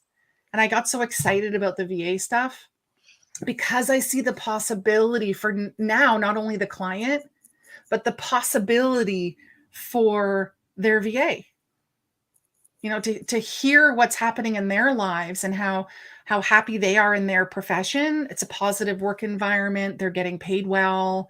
They're learning new skills. I've taken care of the instability of that work. I've taken care of a lot of the things that you don't even think about. Like, what if my VA ghosts me, or what? I don't want to give them my passwords. And what happens if it doesn't work out? Do I have to have that uncomfortable conversation and fire them? It's like, no, you got me. I take care of everything. And so for me, it's now the spark continuously comes in the newness of this, in the results of this. And if we go back to our topic today, now seeing the clients say, oh my gosh, we're putting my podcast together. We're putting my blog out there. My vlog might actually happen now. I have hope, or I've achieved more in the past 6 weeks than I have in the past 6 years. Yep. So where I think I'm selling virtual assistant services, it's actually like I'm giving them opportunity, possibility. Peace of mind. Oh, well, yeah, that's a given. That's such a given. Yeah. Just so much. So then I did notice some books behind you. Yes. And you did mention that you were a 5-time author. So do show. Oh, okay. Come on, Dog and Pony Show. Let's get this going. I want the book. So this is Dynamic You. So in 2013, I started a women's community called Dynamic Women, mainly because I was sick of surface level networking. So Mitchell was saying this was part of after having kids, I had postpartum depression. I was really sick of surface level conversations, card slinging. And I said, forget it. I can complain about it, or I can do something about it. So I started my own community where who you are matters more than what you do. Right. So let's show up and meet as people. Yep. Right. Let's meet as people. And if you're a real estate agent and I'm a real estate agent, that's okay. We can still be friends. We can still help each other. We can still commiserate over bad clients. We can still connect. And so I took the whole selling off the table and had us connect as people. Well, as that community grew, I grew to 8 different cities or locations, ran events every single month. Then people said to me, Diane, well, what is a dynamic woman? And I was like, okay, I can explain that. They're like, but how do I become one if I don't feel I am? And I was like, right. Okay. So Dynamic You was born. It's the 9 pillars of being a dynamic woman. And they're actually a lot of the things I go through when I work one-on-one with clients. So it's a program and a book. And it's actually a funny story because I was going to be amplifying my message by being flown into Washington to do a talk at a big women's conference. I was opening and closing keynote, which was pretty wild. Oh, that would be so much fun. So I was really pumped. It was earlier in my paid speaking career, and they're going to pay me my fee, my full fee. They're going to fly me and put me up in a hotel. I can arrive, a day early, all this amazing stuff. And then on the phone, I realized I don't have a visa to work in the States. I cannot take money from them. How am I going to do this? Uh-oh. So quick thinking. I love problem solving, especially right in the moment. It was really hard. But I was like, actually, I just had a thought. How about instead of you paying me, you buy 350 copies of my book for your attendees, and we'll have the Oprah moment. You get a book, and you get a book, and you get a book. And she was like, oh, that's amazing. I said, yeah, and I'll waive my fee. I'll come and speak for free. You just buy the book. She was like, amazing. Where do I get it? I said, well, grab it off of Amazon. Great. Give me the link. I'll buy them right now. And I was like, actually, we're just re-editing it. I'll tell you when the new edition is up. And she's like, that's so amazing. My team, the committee is going to be so excited. I'm like, amazing. We jump off. I hang up the phone and I go, great. Now I have to write a book. So oh my God, yes. Hadn't even written it. So the same friend who called me out at that dinner that said, you need to do the VA thing, I called her and I said, I need a book in their hands in 90 days. And she's like, well, here we go. Because at the time she was helping me in my business. And so what I did was this became a program, right? The 9 pillars of becoming a dynamic woman is a program. So I did it over 5 weeks. I put it out to my community. I had 25 women pay me to take the program. No beta crap, right? Just like, let's do this. I was only ever getting called out right now. Yeah. No beta. Okay. I could speak on beta, but we talked about that earlier. I'll stick on this. I can't tell you all the crap I've been through over the last almost 8 years. So yeah, let's just keep going. Well, I just put it out, one email to my list. 25 people signed up. They paid me to be in it. And the beauty of that as a curriculum developer, to see your students, your people in the program at the moment. Oh, I was switching things up. Oh, this needs to be the next pillar. I'm going to move this pillar. I'm going to do this. I'm going to do that. It made so much more sense, right? And 5 weeks, I had an editor, right? I had like kind of virtual assistant helping me along the way. I would take the chapter or the module, we'd transcribe it, right? She'd edit it and all this. And we had the book. Am I frozen again? Yep. Good time. You get an even better expression this time. It's fantastic. Oh, amazing. I love video screenshots. I love it. I pity any photographer that tries to take pictures of some of us. And I'm just so excited that my computer has decided to do this to me today. It's good times. So anyway, so that's how I got paid for the book twice before I'd really even written it. And the first time I saw the book was in my hotel room at the event. Nice. Yeah. And the thing I learned was that I need a visa in order to speak in the US and get paid. I did not know if that. you're not a US resident, yes. Did not know that. Good to know. Yeah. Now you know. Now I know. I'm gonna Because try. Or you spend $200 and open up an incorporation in Wyoming or Delaware, and then you can transact business right there. See, I have a corporation right now, and I don't like all of the crap that goes through a corporation. So Diane just dropped off. She'll be back. Yeah. I'll bring her back up. Well, you and I have 2 conversations to talk about then. We need to change that. Oh, I There we have go. so many conversations. I have a lot of shifts I need to do. I get it. but it all needs to wait until after my move, and then my headspace will be back. Yeah. I mean, I was hearing still, Mitch, you said something about, or you need $200. Spend $200 and just get an incorporation in Delaware or Wyoming. Oh.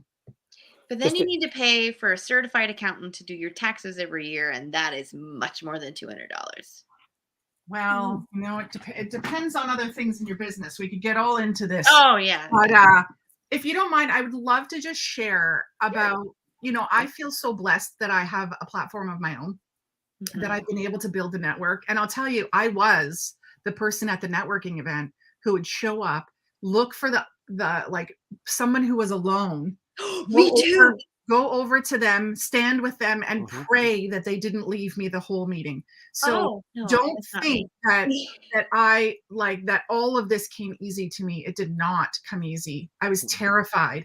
And before I was certified as a coach, I'd show up at networking events and I'd be like thinking I needed to lie and say I was already certified. It was horrible. Oh no. And I missed opportunities. Like people just, oh yeah, send me your one sheet and then we'll put you on as a speaker. And I was like, what's a one sheet? Yeah, what's the one sheet? What should I be saying? And what should I be? And I missed opportunities out of fear because I didn't have things put together. They're going to find me out.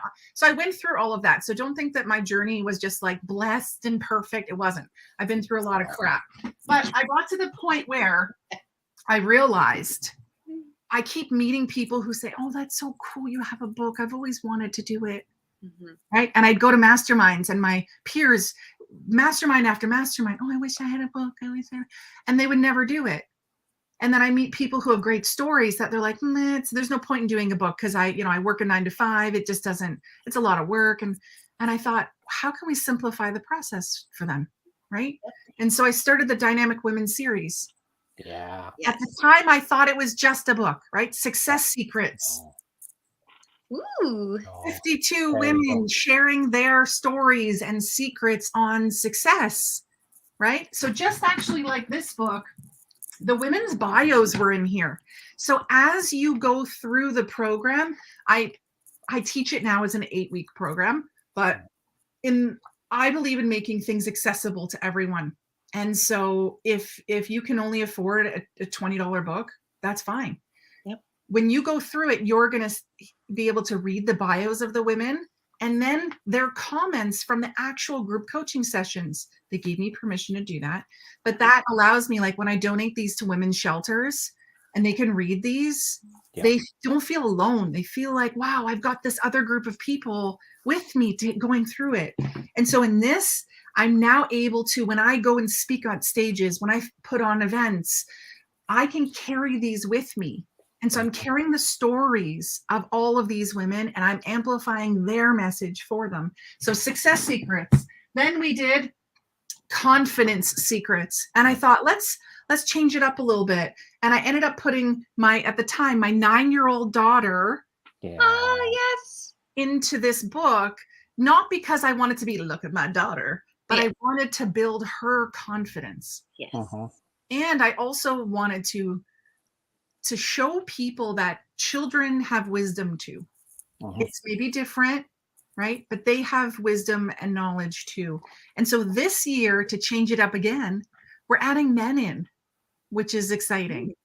You know, my podcast with over 200 episodes, 4 years, we've won 5 awards. I've been amplifying the messages of women. I only interview women. My summits, like the upcoming Dynamic Women Summit, I'm amplifying women's voices. And now in Virtuous VA Made Easy, where I have male clients, it's given me permission now to amplify these clients' messages as well. So Trailblazer Secrets, because, I'm sick of pivoting and resilience and all that crap from our COVID times. We're trailblazing. Yes. Oh, yes. And, one of my values we found out when I first was working with that coach is leadership.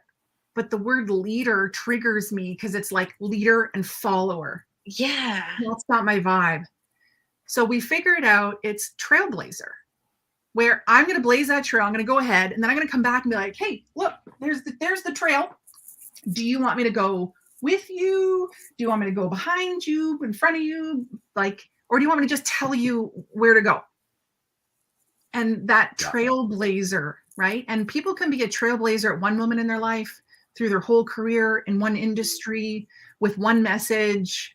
And so I have the privilege now of being able to amplify every year more people's messages, and then to carry those with me when I go different places. Okay, I want to take this moment to just honor you and appreciate you for bringing up a whole other side of this Amplify Your Message. Because it's not just about me going, I'm Laura, this is what I do, here's my message, let's tell the world. You're also like, who is in my community, in my space, where I can be a platform and a supportive aspect to their message, not just my own. Yeah. So I love that you brought that up. So everyone listening too, who are the people who have similar conversations to you? How can you amplify their message while also amplifying your own, so that it really builds up that whole conversation? Yeah. Thank you. You're welcome. Yeah. And that's what bLU Talks does as well, right? Is Constantly. is amplifying other people's message and giving a platform. And I feel like that's not an obligation. I said privilege before, but it's just part of my journey, right? To be able to lift others and place them into these positions. I had people before me that saw things in me that I didn't see, believed in me. Like my mom, she's always believed in me, said, you can do it, you've got this. And it's funny because when I was flown into my hometown to be, again, paid my full speaker's fee, allowed to make an offer, allowed to sell my books, like it was amazing. I said to my mom, you can come, I can give you tickets. It's actually a public event. And she said, oh, I can't come. I said, yeah, you can. It's in our hometown. It's like 20-minute drive. I will drive. It'll be a nice lunch. You don't have to talk to anybody, right? No, I couldn't come. I said, why not? She said, oh, I'd just be so nervous. Why? I go, you'd be nervous to meet all these people in your hometown? She's like, no, for you. I was like, why are you nervous for me? Oh, like, because you'd be up there speaking. And I'm like, but I'll be fine. She goes, oh, I know you'll be fine. I don't know how you are fine, but you will be fine. And I said, but Mom, you always believed in me. You always said, you got this and you can do it and you got the skills. And I said, you told me that all the time. That's how I did things. Because I'd say, well, Mom thinks I can, so I can. And she goes, oh, yeah, well, I told you that, but I never knew how you could do it. So the truth comes out in my 30s that my mom had this magical belief in me when she was terrified of the things I was doing. yeah. Right? Like in grade 9, emceeing the graduation for my high school, being on student council, going in and going off on my own to do things. She never understood. And I think, like, how can we be that igniter in others? How can we help to give other people their spark, right, Mitch? Because that's what my friend did for me. Either give it to them, pointing it out to people, like, wow, you really lit up around that, or calling people out. Because the first time I lost my spark, my friend who worked with me pulled me into one of the classrooms and said, what's going on with you? I was like, what do you mean? She said in her words, you've lost your spark. And I was like, you can see that? Because I was like, she's like, you can see that? I can see it. So we need to call people out, but also bring it out in them. Definitely. Diane, let me paraphrase you, and this goes to somebody else, a well-noted actor, put it like this once. And this does speak to responsibility. It is our responsibility to send the ladder or the elevator back down for those below us. Thank you. That was the word. And that's a great image. Yeah. Such a great image. Yeah. I want to thank you both for being here with me today, and for all of our audience for being here as well. Diane, it has been a pleasure. I've been admiring your painting on the wall. Oh, my zebra. Stripes, yes. I know. I was like, I gotta move him so other people can see it fully or not at all. I know. It's like, it's so distracting. I want to know what I it is. know. But it's all good. It was a pleasure.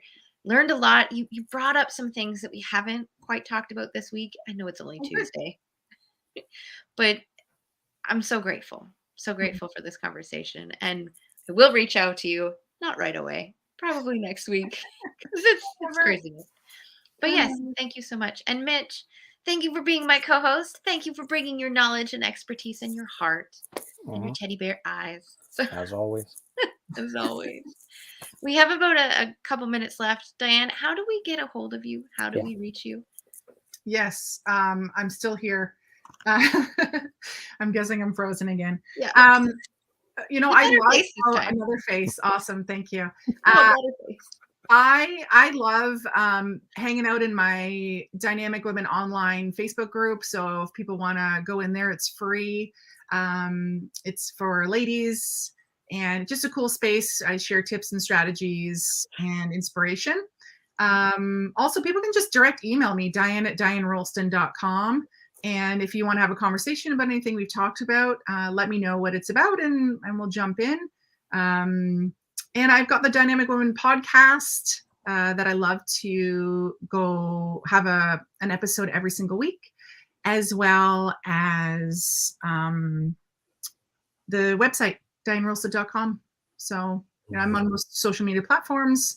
I'm always happy to connect with people, see how we can collaborate or how I can support you in whatever way. Definitely. Love it. And Mitch, since we're here, and I forgot yesterday, sorry to my co-host yesterday, Mitch, how do we get a hold of you? Well, actually, they can just type in the name at the bottom, mitchcammidge.com. You know, that'll find the glowing box that has all the funny stuff on there. Otherwise, come and join us on our academy, wwea.online, Worldwide Entrepreneur Academy. We're right there, and we just pack you full of good stuff over there. They can find me in either one of those two spots and anywhere on social media. Type in Mitch Cammidge. I'm pretty much the only one kicking around, so you can't make a mistake. You'll find me quickly. Oh, there's another Laura Lake who does marketing. So I'm like, just don't search Laura Lake. There was one other Mitch Cammidge. He was a psychologist in the U.S., and I think I drove him off of social media. So did you really? I won. Yep. Oh, that's so funny. Yeah. But yes, thank you, Diane. Thank you, Mitch. Thank you. We will see you again tomorrow for another day of Blue Talks Amplify Your Message. Same bat time, same bat channel. It is 10 a.m. Eastern to 1 p.m. Eastern. I'm trying to do time zone calculations in my head.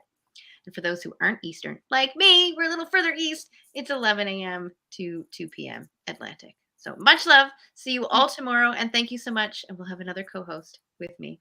Wonder who it could be. See ya. Bye, guys. Bye. Bye.